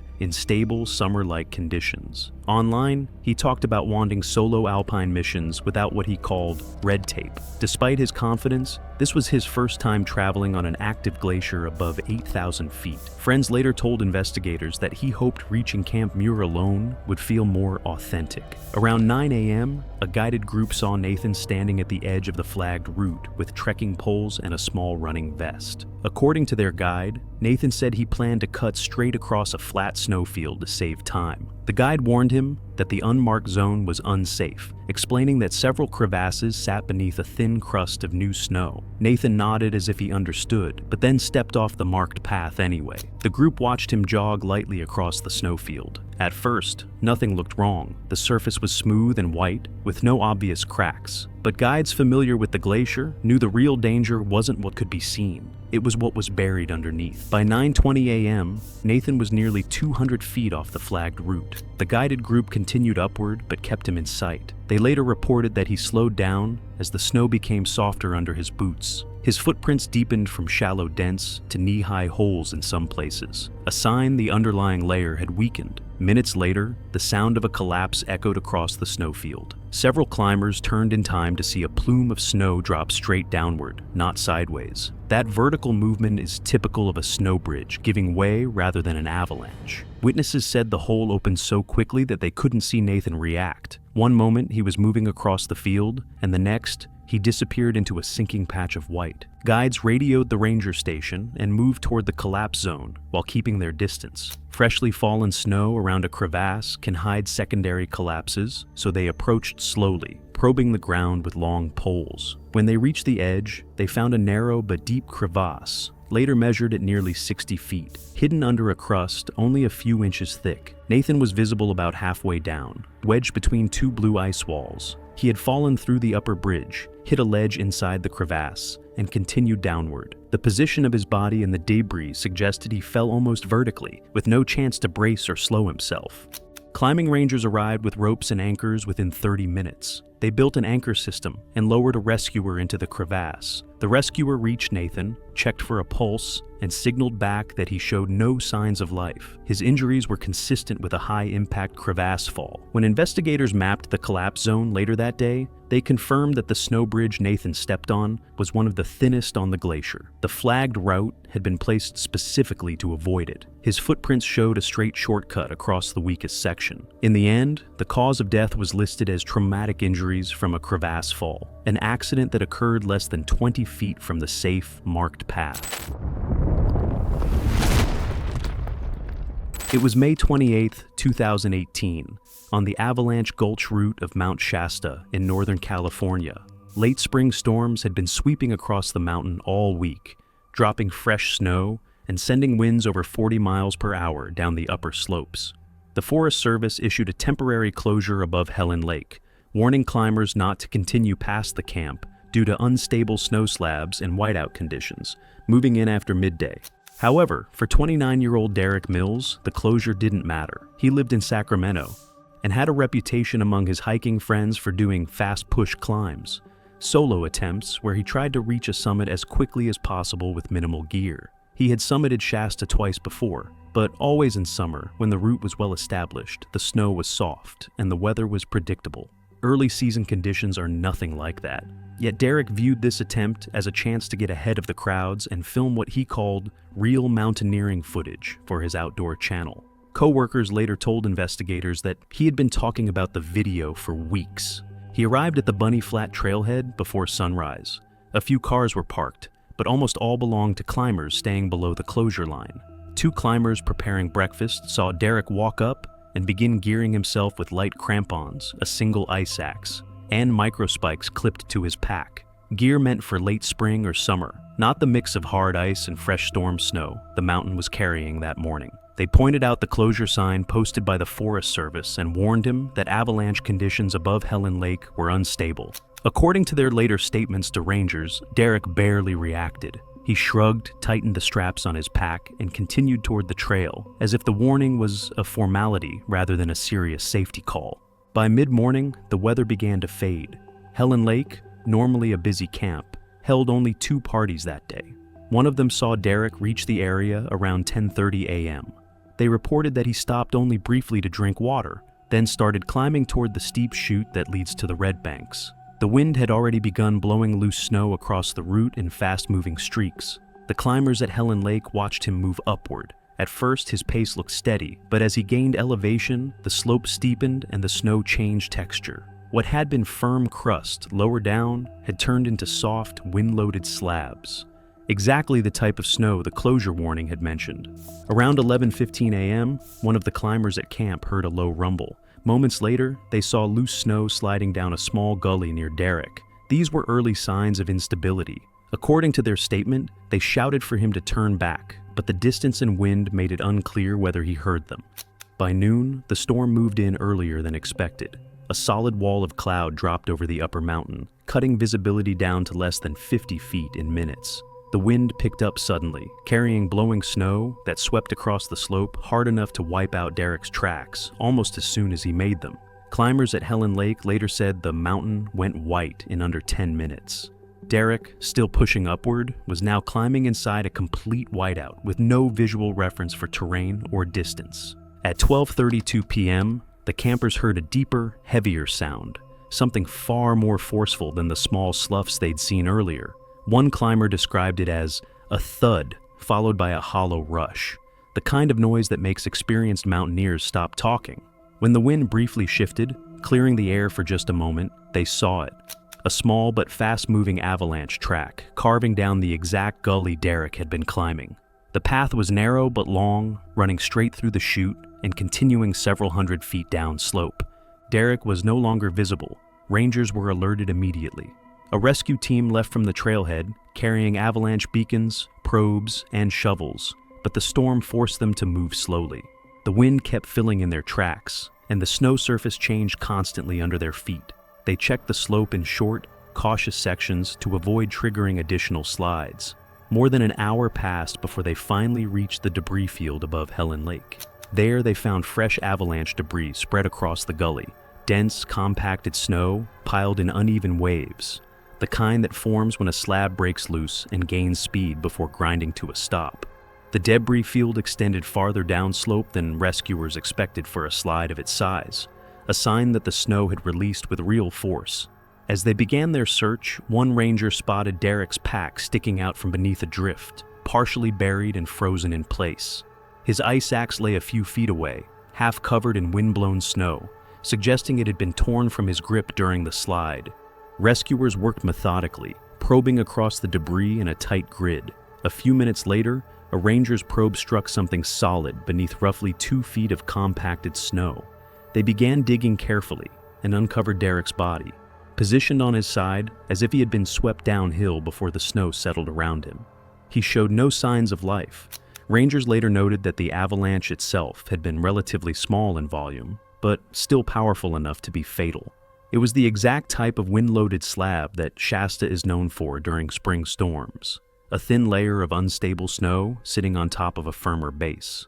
When it fractured above Derek, it released quickly, carrying him downslope faster than he could react. There was no time to self-arrest or escape the path once the slab began to move. The closure signs had warned climbers not to ascend that day, and the avalanche path lined up with the exact area the Forest Service had identified as unstable. Rangers later confirmed that Derek had climbed directly into the storm window. In the final report, the cause of death was listed as asphyxiation from avalanche burial, an accident made unavoidable once he stepped into the restricted zone during active loading conditions. It was April 10th, 2022, on the south side of Mount Everest. The Khumbu icefall looked calm from a distance, but was already turning unstable for the season. Temperatures had risen earlier than expected, softening the surface and shifting the massive seracs that towered above the route. Because of the rapid warming, the icefall doctors, the team responsible for fixing ladders and maintaining the path, had closed the main route past 9 a.m. They warned all climbers to move through before sunrise or stay out completely. 34-year-old Jason Patel didn't follow that rule. Jason was a strong gym climber from California who had checked off several 6,000-meter peaks in South America, but none of those climbs had required navigating an active glacier. Friends later said he loved the idea of finding faster lines and often complained about crowds ruining the experience on big mountains. During the trek to Everest Base Camp, he told people repeatedly that fixed schedules were too slow and that guided groups wasted time. His own guide eventually reported that Jason asked almost every day whether there was a way to skip ahead of the main group, especially through the icefall, which he viewed as nothing more than a bottleneck he had to get past. That mindset clashed with how the Khumbu icefall actually works. The icefall shifts constantly, and the icefall doctors rebuild sections every night before sunrise because the glacier becomes unstable the moment the sun warms it. That morning at base camp, most teams followed the standard plan. They woke before 2 a.m., clipped into the rope by 3 a.m., and crossed the icefall in darkness while the seracs were still frozen in place. From camp, their headlamps formed a long, slow line, stretching into the maze of towers and crevasses. By 5:30 a.m., the sun reached the upper icefall, and loud cracking noises echoed across the valley, early warning signs that the blocks were beginning to shift. By 7 a.m., radios were already buzzing with updates from Sherpas higher on the route. They had heard fresh groans from the ice towers and warned teams still on ladders to hurry through the final sections. At 9 a.m., after confirming ongoing movement, the icefall doctors officially closed the route for the rest of the day. Jason left base camp at 8:20 a.m. Several people saw him walking alone across the moraine with a small pack and his camera strapped to his chest. Kitchen staff called out that the route would close within minutes, and a pair of Sherpas reminded him that late travel in the icefall was considered extremely dangerous. According to their statements, he waved them off and said he could get through faster than a group. Then he stepped onto the glacier, heading straight toward an area the doctors had already marked as unstable. A kitchen staff member saw him walking across the moraine, wearing a light pack and carrying his camera. When asked why he wasn't with his team, he reportedly said he could move faster alone and didn't want to wait for the next rotation. Several Sherpas shouted for him to stop and reminded him of the closure, but he kept going toward the icefall entrance. The Khumbu icefall is one of the most dangerous sections on Everest, a maze of crevasses, tottering ice towers, and shifting blocks the size of buildings. The marked route threads through this terrain using ladders and fixed ropes placed in the safest zones. But ice moves daily, and once the sun warms the glacier, pressure inside the seracs makes them crack and tilt. Around 9:05 a.m., the last climbers who had passed safely through the icefall radioed back to base camp. They reported fresh movement, including a loud groan coming from the central ice towers. Rangers and Sherpas at camp began scanning the icefall with binoculars and spotted a single figure far below. It was Jason, moving up the older route from previous seasons, not the newly marked line. The older path cut directly under a block known as the Triangle Tower, a serac that had been unstable for weeks. That's why the doctors had relocated the route farther west. Jason was climbing the abandoned line. Around 9:40 a.m., several people at base camp heard a deep, rolling crack, followed by a heavier second break. Witnesses described seeing a huge section of the Triangle Tower, separate from the upper mass. A cloud of snow blasted outward. Moments later, ice began cascading down the abandoned route. Through the binoculars, Sherpa saw Jason try to move sideways toward a ladder section, but the slope shifted beneath him. The avalanche of ice swept through the entire channel, collapsing the ladders and covering everything below. Because of the continued movement, rescue teams couldn't enter the icefall immediately. They waited nearly an hour for the blocks to settle before moving in. The icefall doctors led the search, probing the debris field and checking voids where air pockets sometimes form. They found Jason's body beneath several feet of broken ice. His position showed he had been knocked off his feet instantly. The damage to the ladder beneath him confirmed that the collapse had struck with full force. The final report noted that Jason had entered the icefall after the closure, taken an abandoned shortcut, and walked directly under a serac that had been unstable for weeks. The serac collapse followed the same warming pattern that the icefall doctors had warned about that morning. His death was listed as blunt force trauma from falling ice, an accident that occurred in a section no climber was supposed to enter that day. It was November 6th, 2017, on the north side of Amadablam, a steep, exposed peak in Nepal's Khumbu region. The late autumn climbing season was almost over, and storms were starting to form more often along the Himalayan range. Forecasts that morning showed winds on the upper ridges rising sharply after noon, with gusts expected to hit 50 miles per hour. For most teams, that was a clear sign to stay low. Still, a small guided group prepared for a move toward Camp 3, a narrow ledge system at roughly 20,500 feet that sat directly beneath the large hanging glacier known as the Dablam. One member of the team was Benjamin Cole, a 31-year-old freelance photographer from Oregon. He had spent years hiking and scrambling in the Cascades, and he often posted about his solo challenges online. Most of his climbs, however, were at far lower elevations and involved no fixed ropes or exposure. This was his first trip to the Himalayas and, according to the guide roster, his first time climbing with fixed lines at significant altitude. Early that morning, the Sherpa staff gathered the team for a weather briefing. The updated model was clear: safe conditions in the early hours, unsafe after midday. The head Sherpa warned them repeatedly that the Dablam Ridge became extremely dangerous once winds increased. The ridge was narrow, exposed on both sides, and dropped thousands of feet into the valley and the glacier basin. Even moderate gusts could knock a climber off balance. Benjamin disagreed with the plan.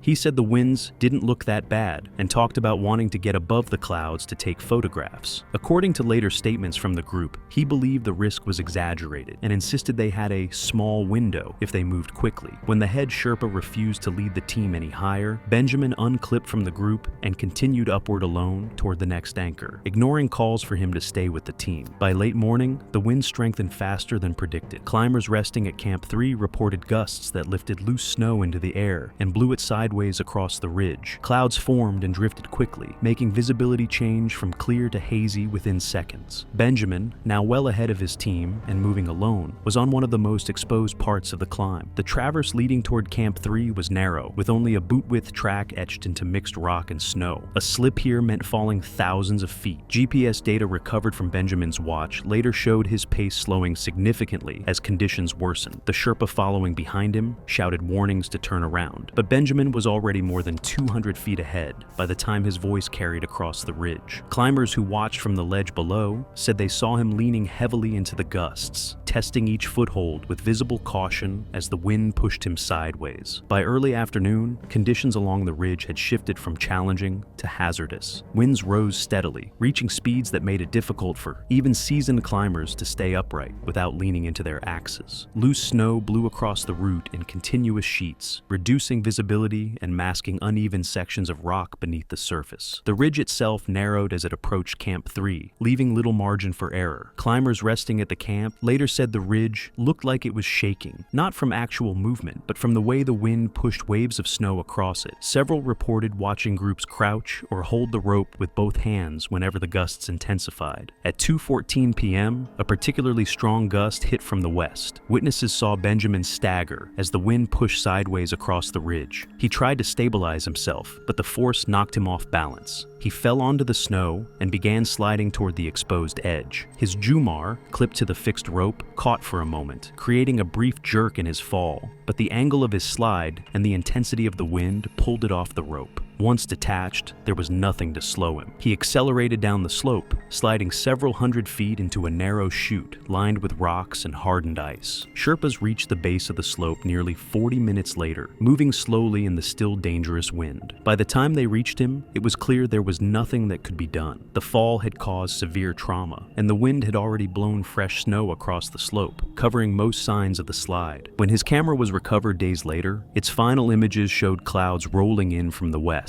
the same storm edge the Sherpas had warned him about during the morning briefing. Their warnings were accurate, and the danger had arrived exactly when they said it would. Benjamin's decision to continue alone into deteriorating conditions left him exposed on one of the narrowest sections of the mountain, at the exact time the ridge became impossible to climb safely.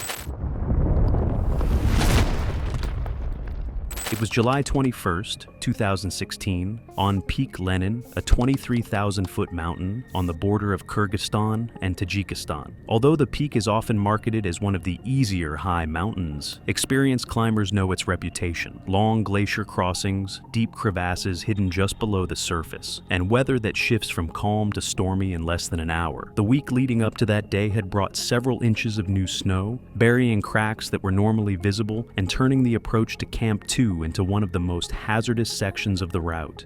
Sandra and Paul Nguyen, siblings from California, were part of a guided international expedition heading toward Camp 2. Both were strong recreational climbers with plenty of experience on Colorado's 14ers, but neither had spent much time on large, heavily crevassed glaciers. Their Sherpa guide, Dorje, understood the risks immediately. He warned the group repeatedly that the heat from the previous afternoons had weakened the natural snow bridges that formed over the crevasses. He pointed out sagging areas and reminded them that the flagged route was not optional. It had been carefully set to avoid the most unstable sections. Most climbers followed the instructions exactly. The flagged path wound in a zigzag pattern across the glacier, weaving around known crevasses and giving wide space to any surface that showed even a slight depression. To the untrained eye, the line looked unnecessarily long, but to Dorje, it was the only safe way through. Sandra and Paul felt differently. According to other members of the team, the two had been talking about taking a more direct line since the trek began. The calm morning weather seemed to convince them the risk was small. As the group moved across the glacier, the siblings drifted away from the flagged route,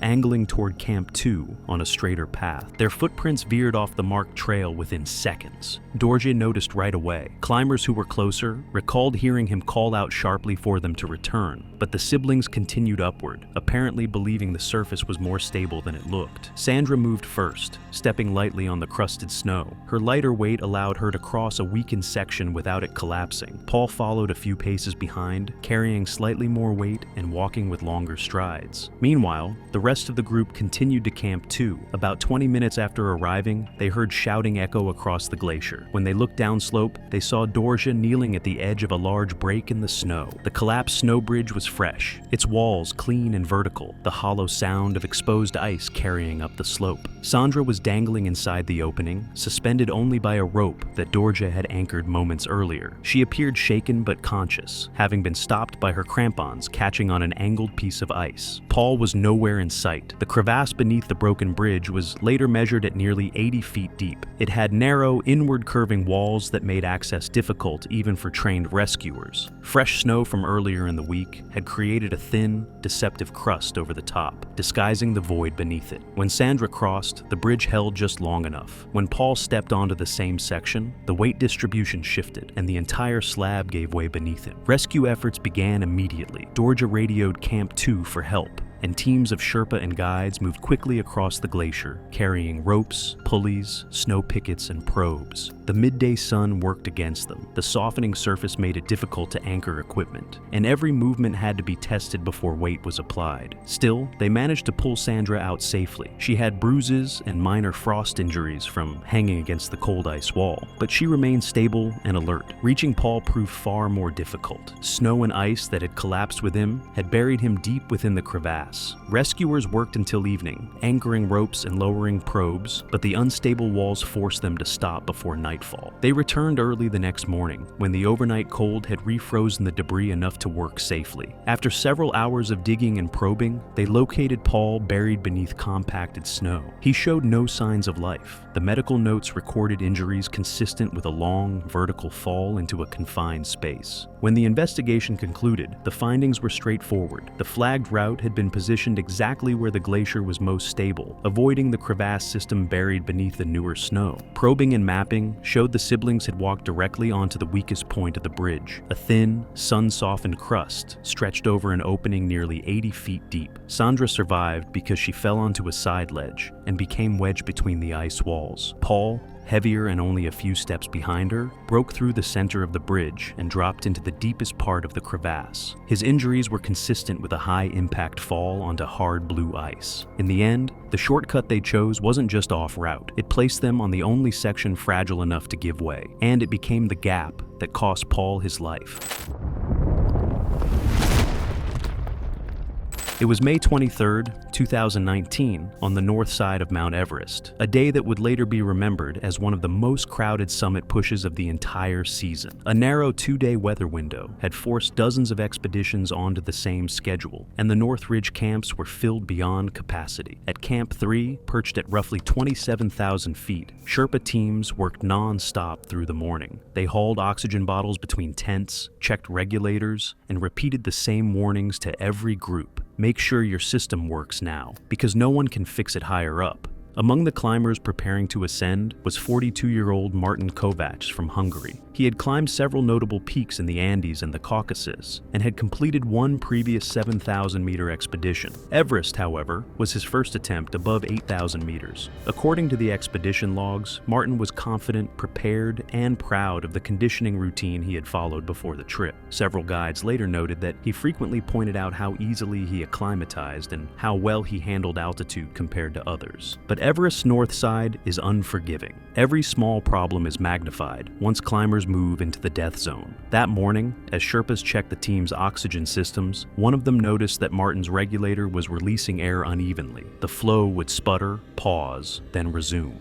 When the Sherpa detached the mask and inspected the connection port, he saw partial ice buildup. It wasn't frozen yet, just enough to show that moisture or debris had entered the system, making it likely to fail higher up. Several members of the Sherpa team told Martin directly that the issue would become dangerous above 26,000 feet, where even a short interruption in oxygen flow can cause immediate weakness or confusion. They urged him to switch to a backup regulator from the team's supply. Witness accounts later confirmed that Martin waved off the concern. He tapped the regulator, adjusted the hose, and said it was fine. A few climbers nearby heard him mention not wanting to fall behind the crowd or wait for a Sherpa to reorganize gear. The Sherpas repeated the warning, but Martin clipped into the rope system with the same regulator still attached. He left Camp 3 slightly before the rest of his group, moving up the first snow ramp of the North Ridge. At first, nothing appeared unusual. Climbers below him said his pace looked normal for the altitude, but as he gained elevation, several people noticed him slowing more quickly than the others. He stopped more often to breathe and hesitated longer at the anchor points. One climber said he looked like someone trying to catch a rhythm that wasn't there anymore. As he approached the 27,000-foot mark, the problems became more obvious. Climbers behind him later said his steps drifted sideways at times,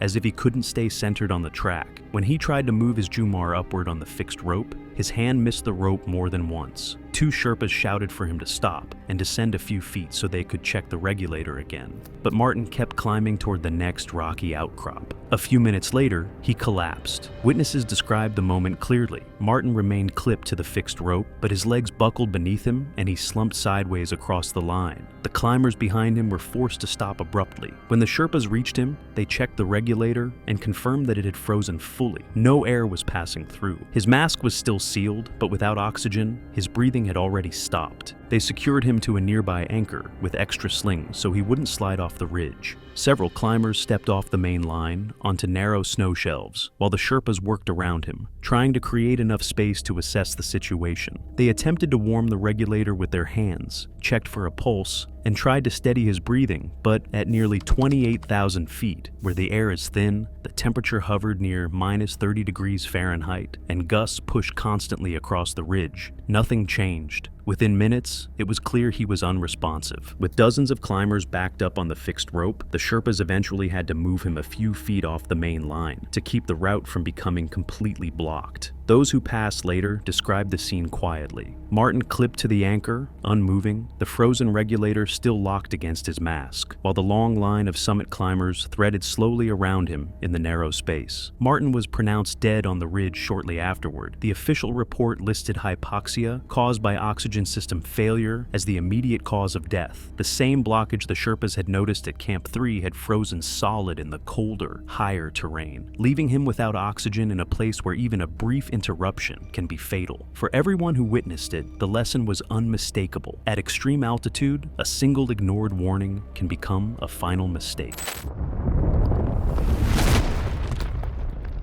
It was June 8th, 2018, on Broad Peak, a time of year when early summer storms begin rolling across the Karakoram with almost no warning. Camp 2, perched at roughly 20,300 feet, was already showing signs of the approaching system. Overnight gusts rattled tents, snow plumes drifted off nearby ridges, and the barometric pressure had dropped steadily since dawn. Sherpa teams who had checked the weather at base camp radioed up with a clear message. A whiteout was expected to hit the upper mountain by midday, and all climbers needed to descend before conditions worsened. Most teams didn't question the order. Camp 2 emptied quickly as climbers packed their gear, clipped into the fixed ropes, and began moving down toward the safer terrain between Camp 1 and the lower glacier. But one climber stayed behind, 29-year-old Leonard Ross from Scotland. Leonard had only moderate high-altitude experience, mostly climbs in the Alps and a guided trip on a Concagua. Broad Peak was his first Karakoram expedition. According to several climbers who shared Camp 2 with him, he was strong and fit, but unfamiliar with how fast weather could change in this region. Sherpas warned him multiple times that the upper route would become unstable once the storm hit, and that visibility would drop to near zero.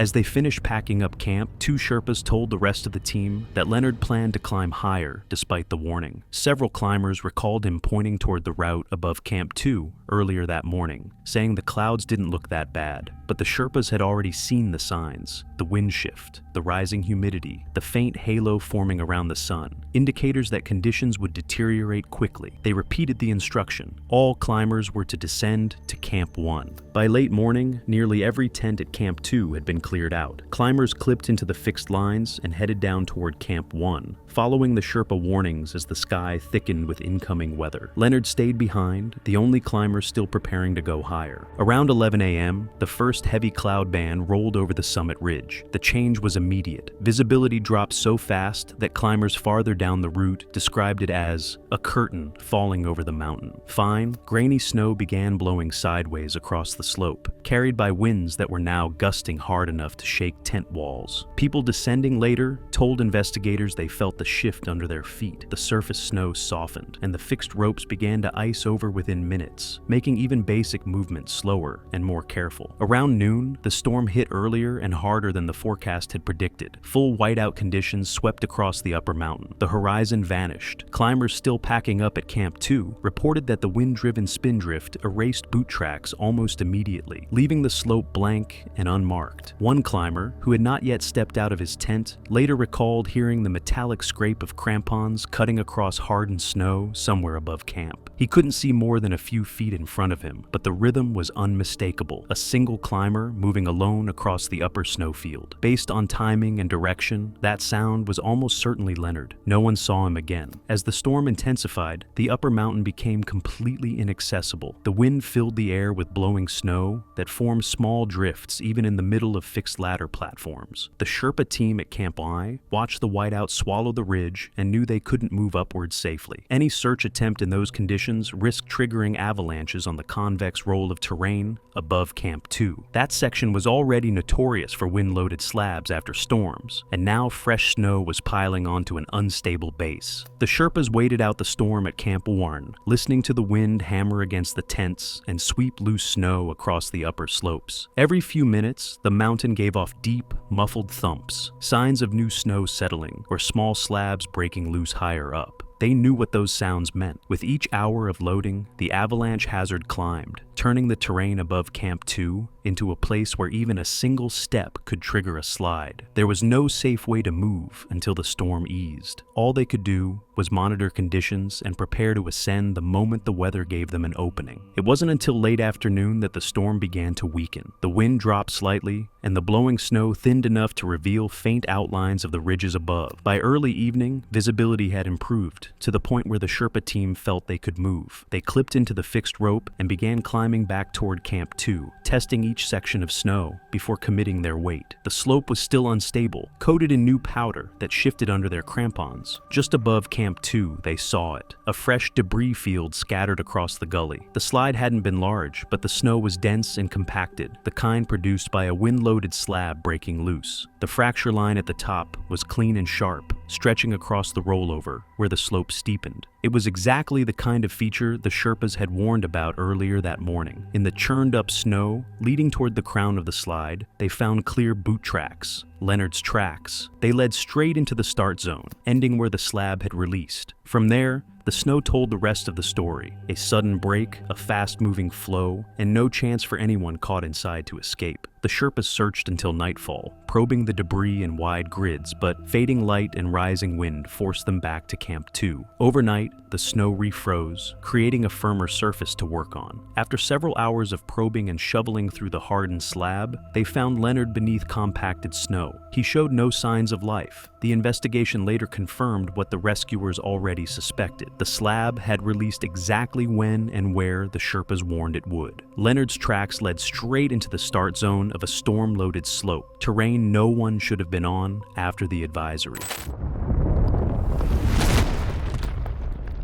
It was April 14th, 2022, deep inside the Khumbu icefall on the south side of Mount Everest. Spring temperatures had risen unusually high that season, warming the upper slopes hours earlier than normal. For Sherpa teams, this meant one thing: the icefall was becoming unstable far too early in the morning. Large seracs that usually shifted around midday were now cracking soon after sunrise, and ladders set the previous night needed constant adjustments. The warnings were clear: climbers should move through the icefall no later than 3 a.m. when the snowpack was still frozen, and the structure of the glacier was at its most stable. That morning, most teams followed the usual plan. Headlamps moved quietly through the maze of ice blocks hours before dawn, navigating the ladders and aluminum walkways that formed the standard route to Camp Y. But one climber was not with them. 37-year-old Travis Monroe, an adventure vlogger from Colorado, had come to Everest with plans to document the entire climb for a video series. He had experience on several 6,000-meter peaks, but this was his first time on Everest, and his first time entering the Khumbu icefall. His social media pages often highlighted raw, unfiltered climbing moments, and he had mentioned several times during the trek to base camp that he wanted bright daylight footage of the icefall to make his video stand out. Multiple Sherpas warned him not to go. They had spent the past week repairing ladders, resetting ropes, and watching the icefall shift earlier and earlier each morning as temperatures rose. They explained, again, that the Khumbu icefall is only stable for a short window in the dark. Before sunrise, the ice blocks are frozen in place, the ladders sit firmly in their slots, and the seracs above remain still. But once the sun hits the glacier, everything begins to move. Meltwater forms beneath the surface. Internal pressure inside the seracs increases, and even small shifts can tilt or collapse entire sections of the route. By mid-morning, the icefall can behave like a slow, grinding machine, unpredictable, unstable, and incredibly dangerous to anyone still inside it. Travis ignored all of it. Despite repeated warnings the night before, he left base camp at 5:40 a.m., more than 2 hours past the recommended cutoff.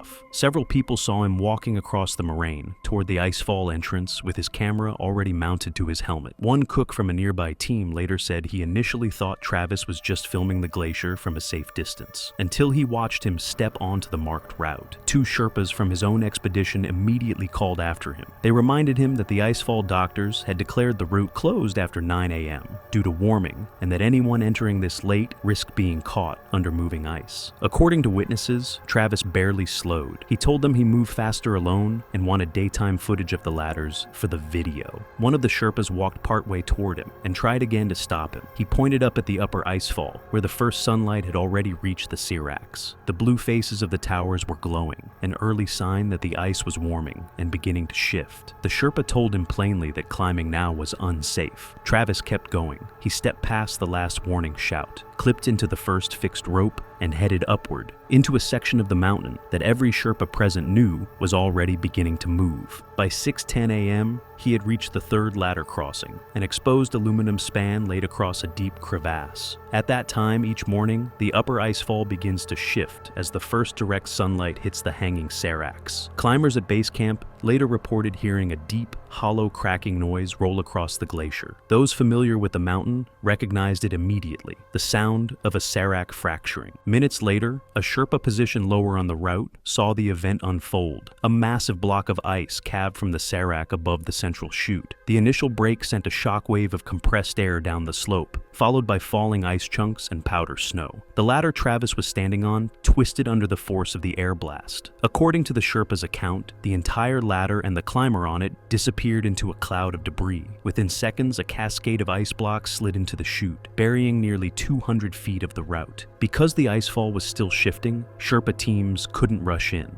Every few minutes, another deep groan rolled through the glacier, followed by the clatter of settling ice. Entering too early could have triggered a secondary collapse, putting rescuers in the same danger that had taken Travis. They waited more than an hour for the slope to quiet, watching from safe ground as the fallen serac continued to shift and drop smaller pieces into the chute. When the movement finally slowed, rescue teams began making their way upward. Progress was painfully slow. The route they normally used had been destroyed, leaving only uneven piles of fractured ice blocks, some the size of refrigerators, others as tall as a small car. Sherpas probed constantly for voids that might still hold air pockets, moving from block to block while listening for any sign of life. Several times they had to stop as new cracks echoed through the debris, forcing them to reevaluate their path. The search stretched into late morning. Every few feet, rescuers drilled and probed, checking under collapsed ladders and between slabs that had pancaked together. The icefall was still unstable, and the team had to work methodically to avoid triggering another slide. When they finally located Travis, he was pinned deep beneath several heavy blocks of ice, in a spot where the old route had once run directly under the triangle tower. The position of his body, the crushed ladder sections around him, and the pattern of the icefall left little doubt about what had happened. Every other climber had passed through the icefall hours earlier, during the cold, frozen window when the seracs were locked in place. Travis was the only person still inside when the sun hit the upper towers, and the only one the collapse caught. It was April 25th, 2015. At 17,600 feet above sea level, Everest Base Camp buzzed with the familiar energy of spring climbing season. Hundreds of climbers from across the globe had spent weeks acclimatizing their bodies to the thin air, their colorful expedition tents creating a temporary city against the stark backdrop of the world's most famous mountain. The morning of April 25th dawned clear and calm, perfect conditions that gave no hint of the catastrophe brewing 50 miles away. Base Camp had become a melting pot of human ambition and international cooperation. Seasoned mountaineers shared stories with first-time Everest aspirants, while Sherpa guides prepared equipment and planned routes with the methodical precision that had made them legendary. The camp's medical tent stood ready for the usual altitude-related emergencies, and helicopter landing zones were marked for routine supply drops and evacuations. Among the climbers preparing for their summit attempts was Google executive Dan Fredenberg, a 33-year-old adventurer who had already conquered peaks across 6 continents. His Instagram posts from Base Camp showed the excitement and nervous energy that characterized every Everest expedition. Dan Fredenberg had captured the mountain's stunning display in his Instagram posts from Base Camp, sharing his excitement about Everest's breathtaking beauty with his followers just hours before disaster would strike. Australian climber Azim Afif was documenting his journey for sponsors back home, capturing the camaraderie and determination that define the international climbing community. Japanese mountaineers worked alongside American adventurers. Indian climbers shared meals with European alpinists, all united by their shared dream of standing atop the world's highest peak. The spring climbing season represented the culmination of years of preparation for most climbers. They had invested not just the $35,000 to $100,000 required for permits and expedition costs, but months of physical training, altitude preparation, and mental conditioning. What none of them knew was that 50 miles northwest of their temporary mountain home, tectonic forces that had been building pressure for centuries were about to release their fury in one of Nepal's most devastating earthquakes in over 80 years.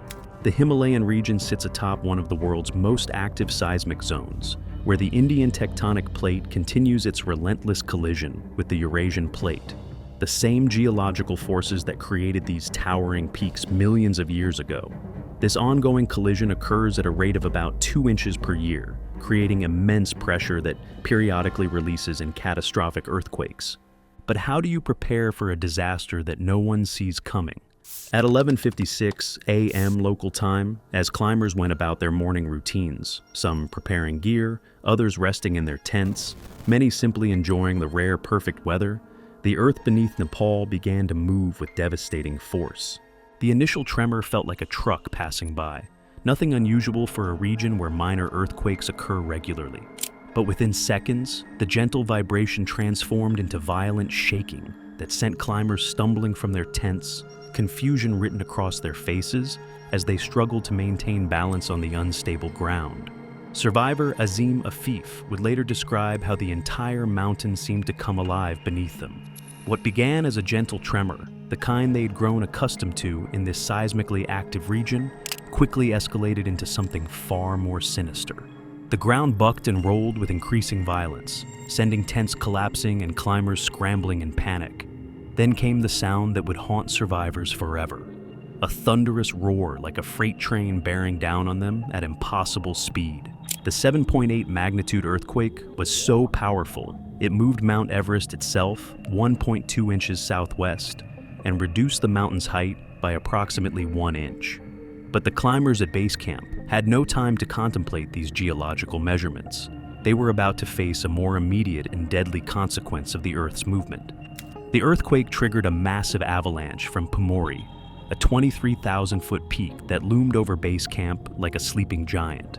The seismic waves had destabilized enormous sections of ice and snow that had clung to Pumori's steep faces for decades, creating a wall of destruction that would race toward the unsuspecting climbers at over 200 miles per hour. Afif's gaze turned upward to witness a sight that defied comprehension. A towering white wall of destruction cascading down Pumori's slopes. The avalanche stood 20 feet high and moved with a speed that seemed to mock the laws of physics. In that moment of crystalline terror, he felt the cold certainty of death approaching, his mind accepting what his body refused to believe. The avalanche carried not just snow and ice, but massive boulders, equipment, and debris that had been scoured from Pumori's slopes during its devastating descent. The sound was deafening, a combination of thundering ice, grinding rock, and the screams of climbers who realized they had nowhere to run. Dan Fredenberg was filming the earthquake's effects when the avalanche struck. His teammate later posted on social media. Dan Fredenberg's teammate would later share the devastating news through social media, explaining how the Google executive had sustained fatal head injuries in the avalanche. Even in their grief, his team found solace in knowing he had died pursuing his passion, his spirit forever connected to the mountains he loved so deeply.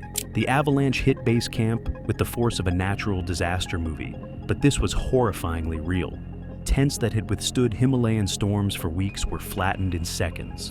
The carefully organized expedition camps became chaotic debris fields where orange and blue tent fabric mixed with ice chunks the size of refrigerators.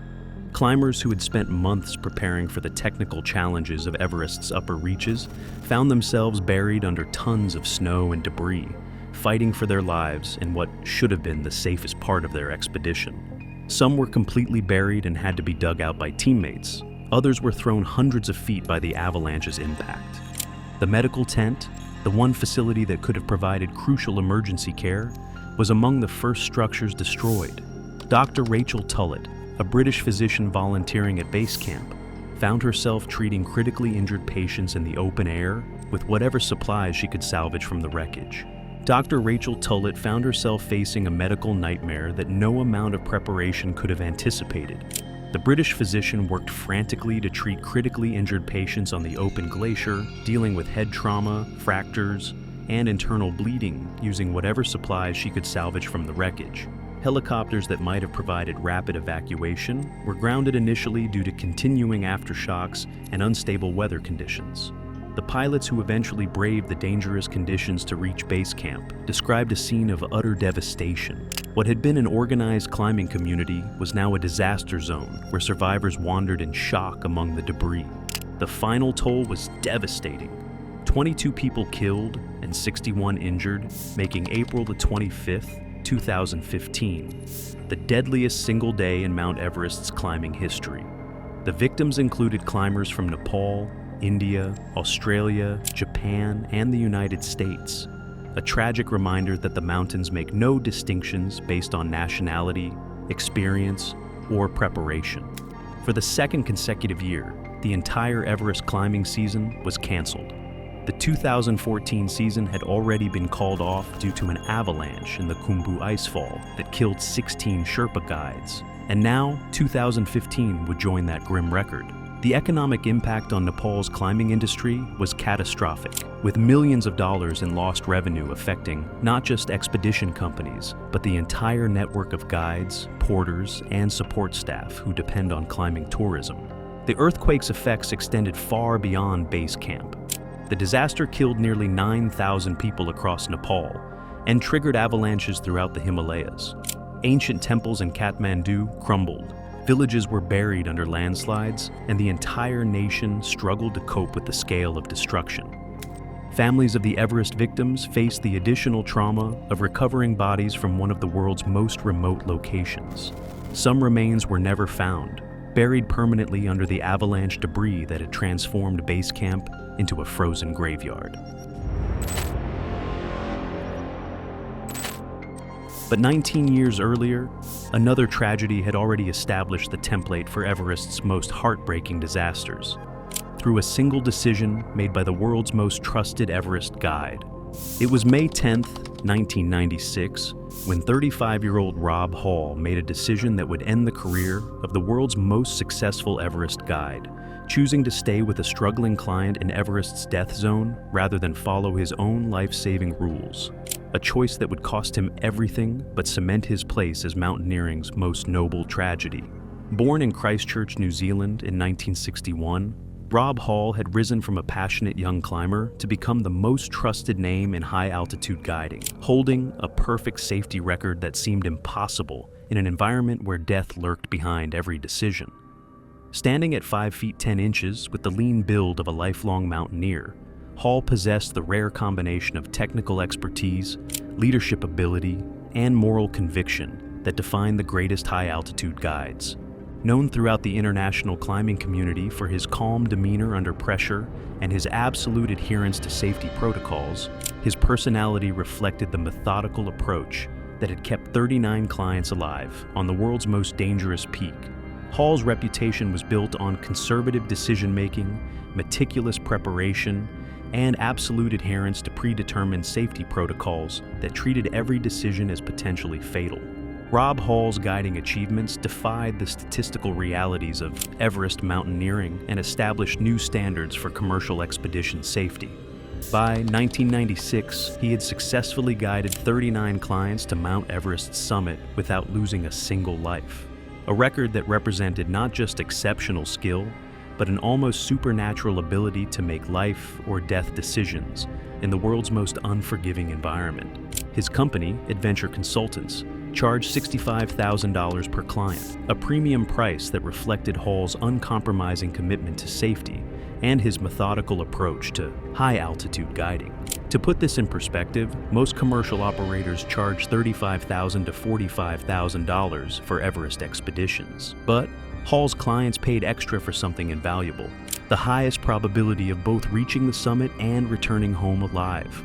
This extraordinary success rate demonstrated not only his exceptional mountaineering skills, but also his profound understanding of high-altitude physiology, weather patterns, and human psychology under extreme stress.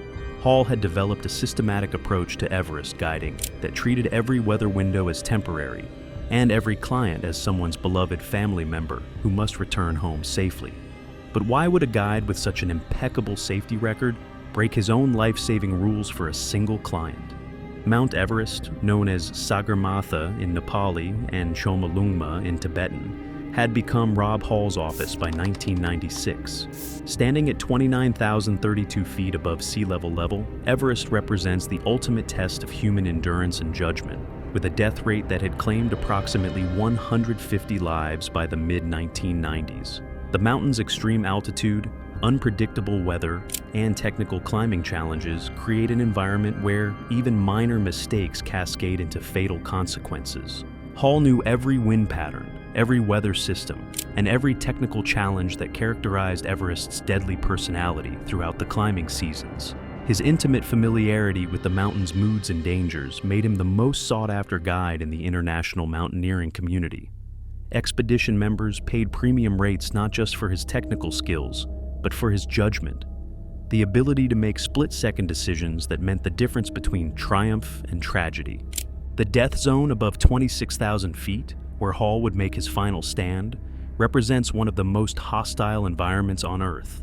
At this altitude, atmospheric pressure drops to approximately 33% of sea level, meaning each breath delivers only 1/3 the oxygen that the human body requires for normal function. The human body begins dying at the cellular level within hours of exposure to such extreme conditions. Hall had established one non-negotiable rule that had kept his clients alive for years. All climbers must begin their descent by 2 p.m., regardless of whether they had reached the summit. This turnaround time provided a crucial safety margin, ensuring that teams could descend safely before afternoon storms.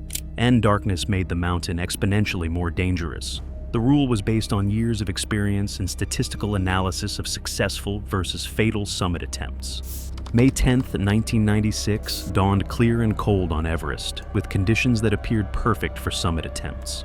The weather forecast indicated a narrow window of opportunity, with manageable winds and clear skies. But meteorologists warned of deteriorating conditions expected by afternoon.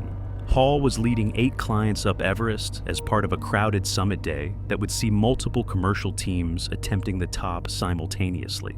Among his clients was Doug Hansen, a 46-year-old postal worker from Washington State who had attempted Everest with Hall the previous year, only to turn back just 300 feet from the summit due to deteriorating weather. Hansen had returned in 1996 with a determination that bordered on obsession.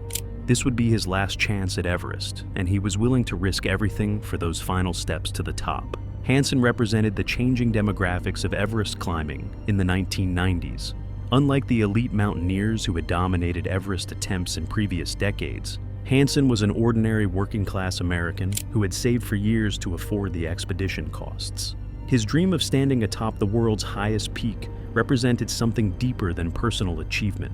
It was proof that extraordinary goals remained accessible to ordinary people willing to make extraordinary sacrifices. But the most significant factor influencing Hall's decisions that day was waiting 8,000 miles away in New Zealand. His wife, Jan, was 7 months pregnant with their first child, a daughter they had already decided to name Sarah. Hall carried a photo of Jan in his jacket pocket, and his radio calls to base camp often included messages for her, spoken with the tender affection of a man who had found something more precious than any summit. How does a man balance his responsibility to his clients against his responsibility to his unborn child? The ascent began at midnight on May 10th, with headlamps cutting through the pre-dawn darkness as Hall's team joined the procession of climbers making their way toward Everest's summit. The early hours proceeded according to plan, with the team maintaining good pace and staying on schedule for a safe summit and descent within Hall's strict timeline. The route from Camp 4 on the South Col to Everest's summit covers approximately 3,000 vertical feet of technical climbing through some of the most dangerous terrain on Earth.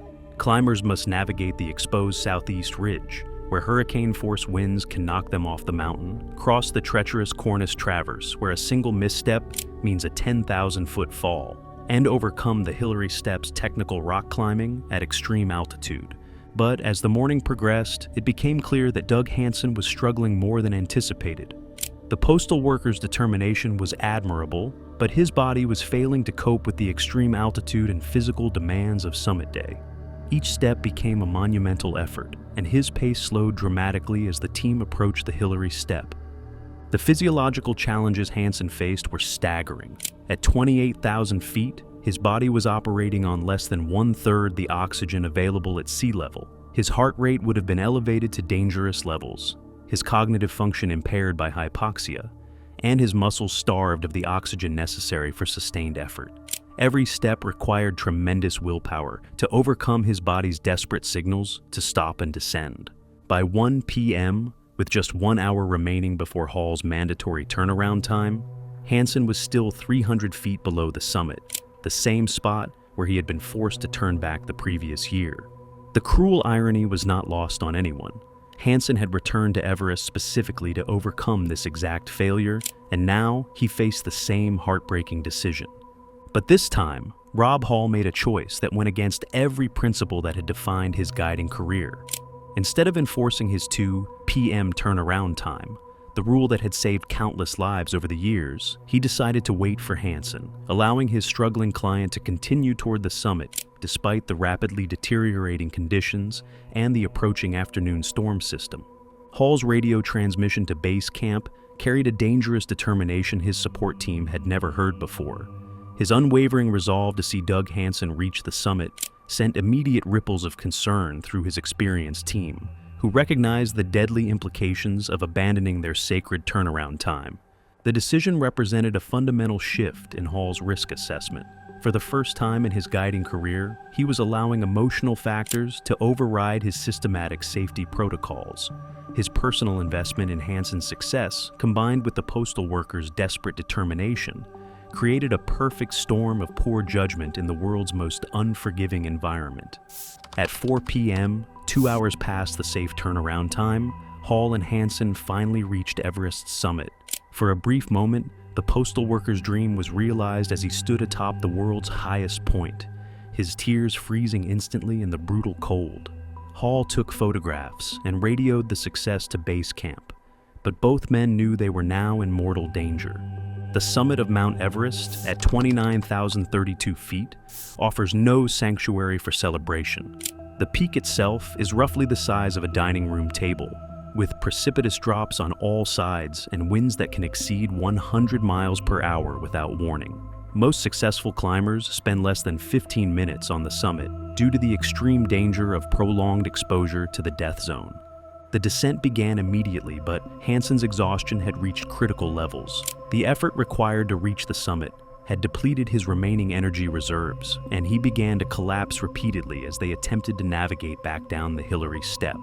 Each fall took longer to recover from, and Hall realized with growing horror that his client might not have the strength to continue. How do you carry a dying man down the world's most dangerous mountain? Near the Hillary Step, at approximately 28,700 feet in Everest's death zone, Doug Hansen collapsed for the final time. His body, pushed beyond its limits by the extreme altitude and physical exertion, simply shut down. He could no longer walk, could barely remain conscious, and was rapidly succumbing to high-altitude cerebral edema, a condition where the brain swells due to lack of oxygen, causing confusion, loss of coordination, and eventually death. Any other guide might have made the brutal but necessary decision to leave Hansen and save himself. The death zone earned its name because the human body cannot survive extended exposure to such extreme altitude. Every minute spent above 26,000 feet brings climbers closer to their own death.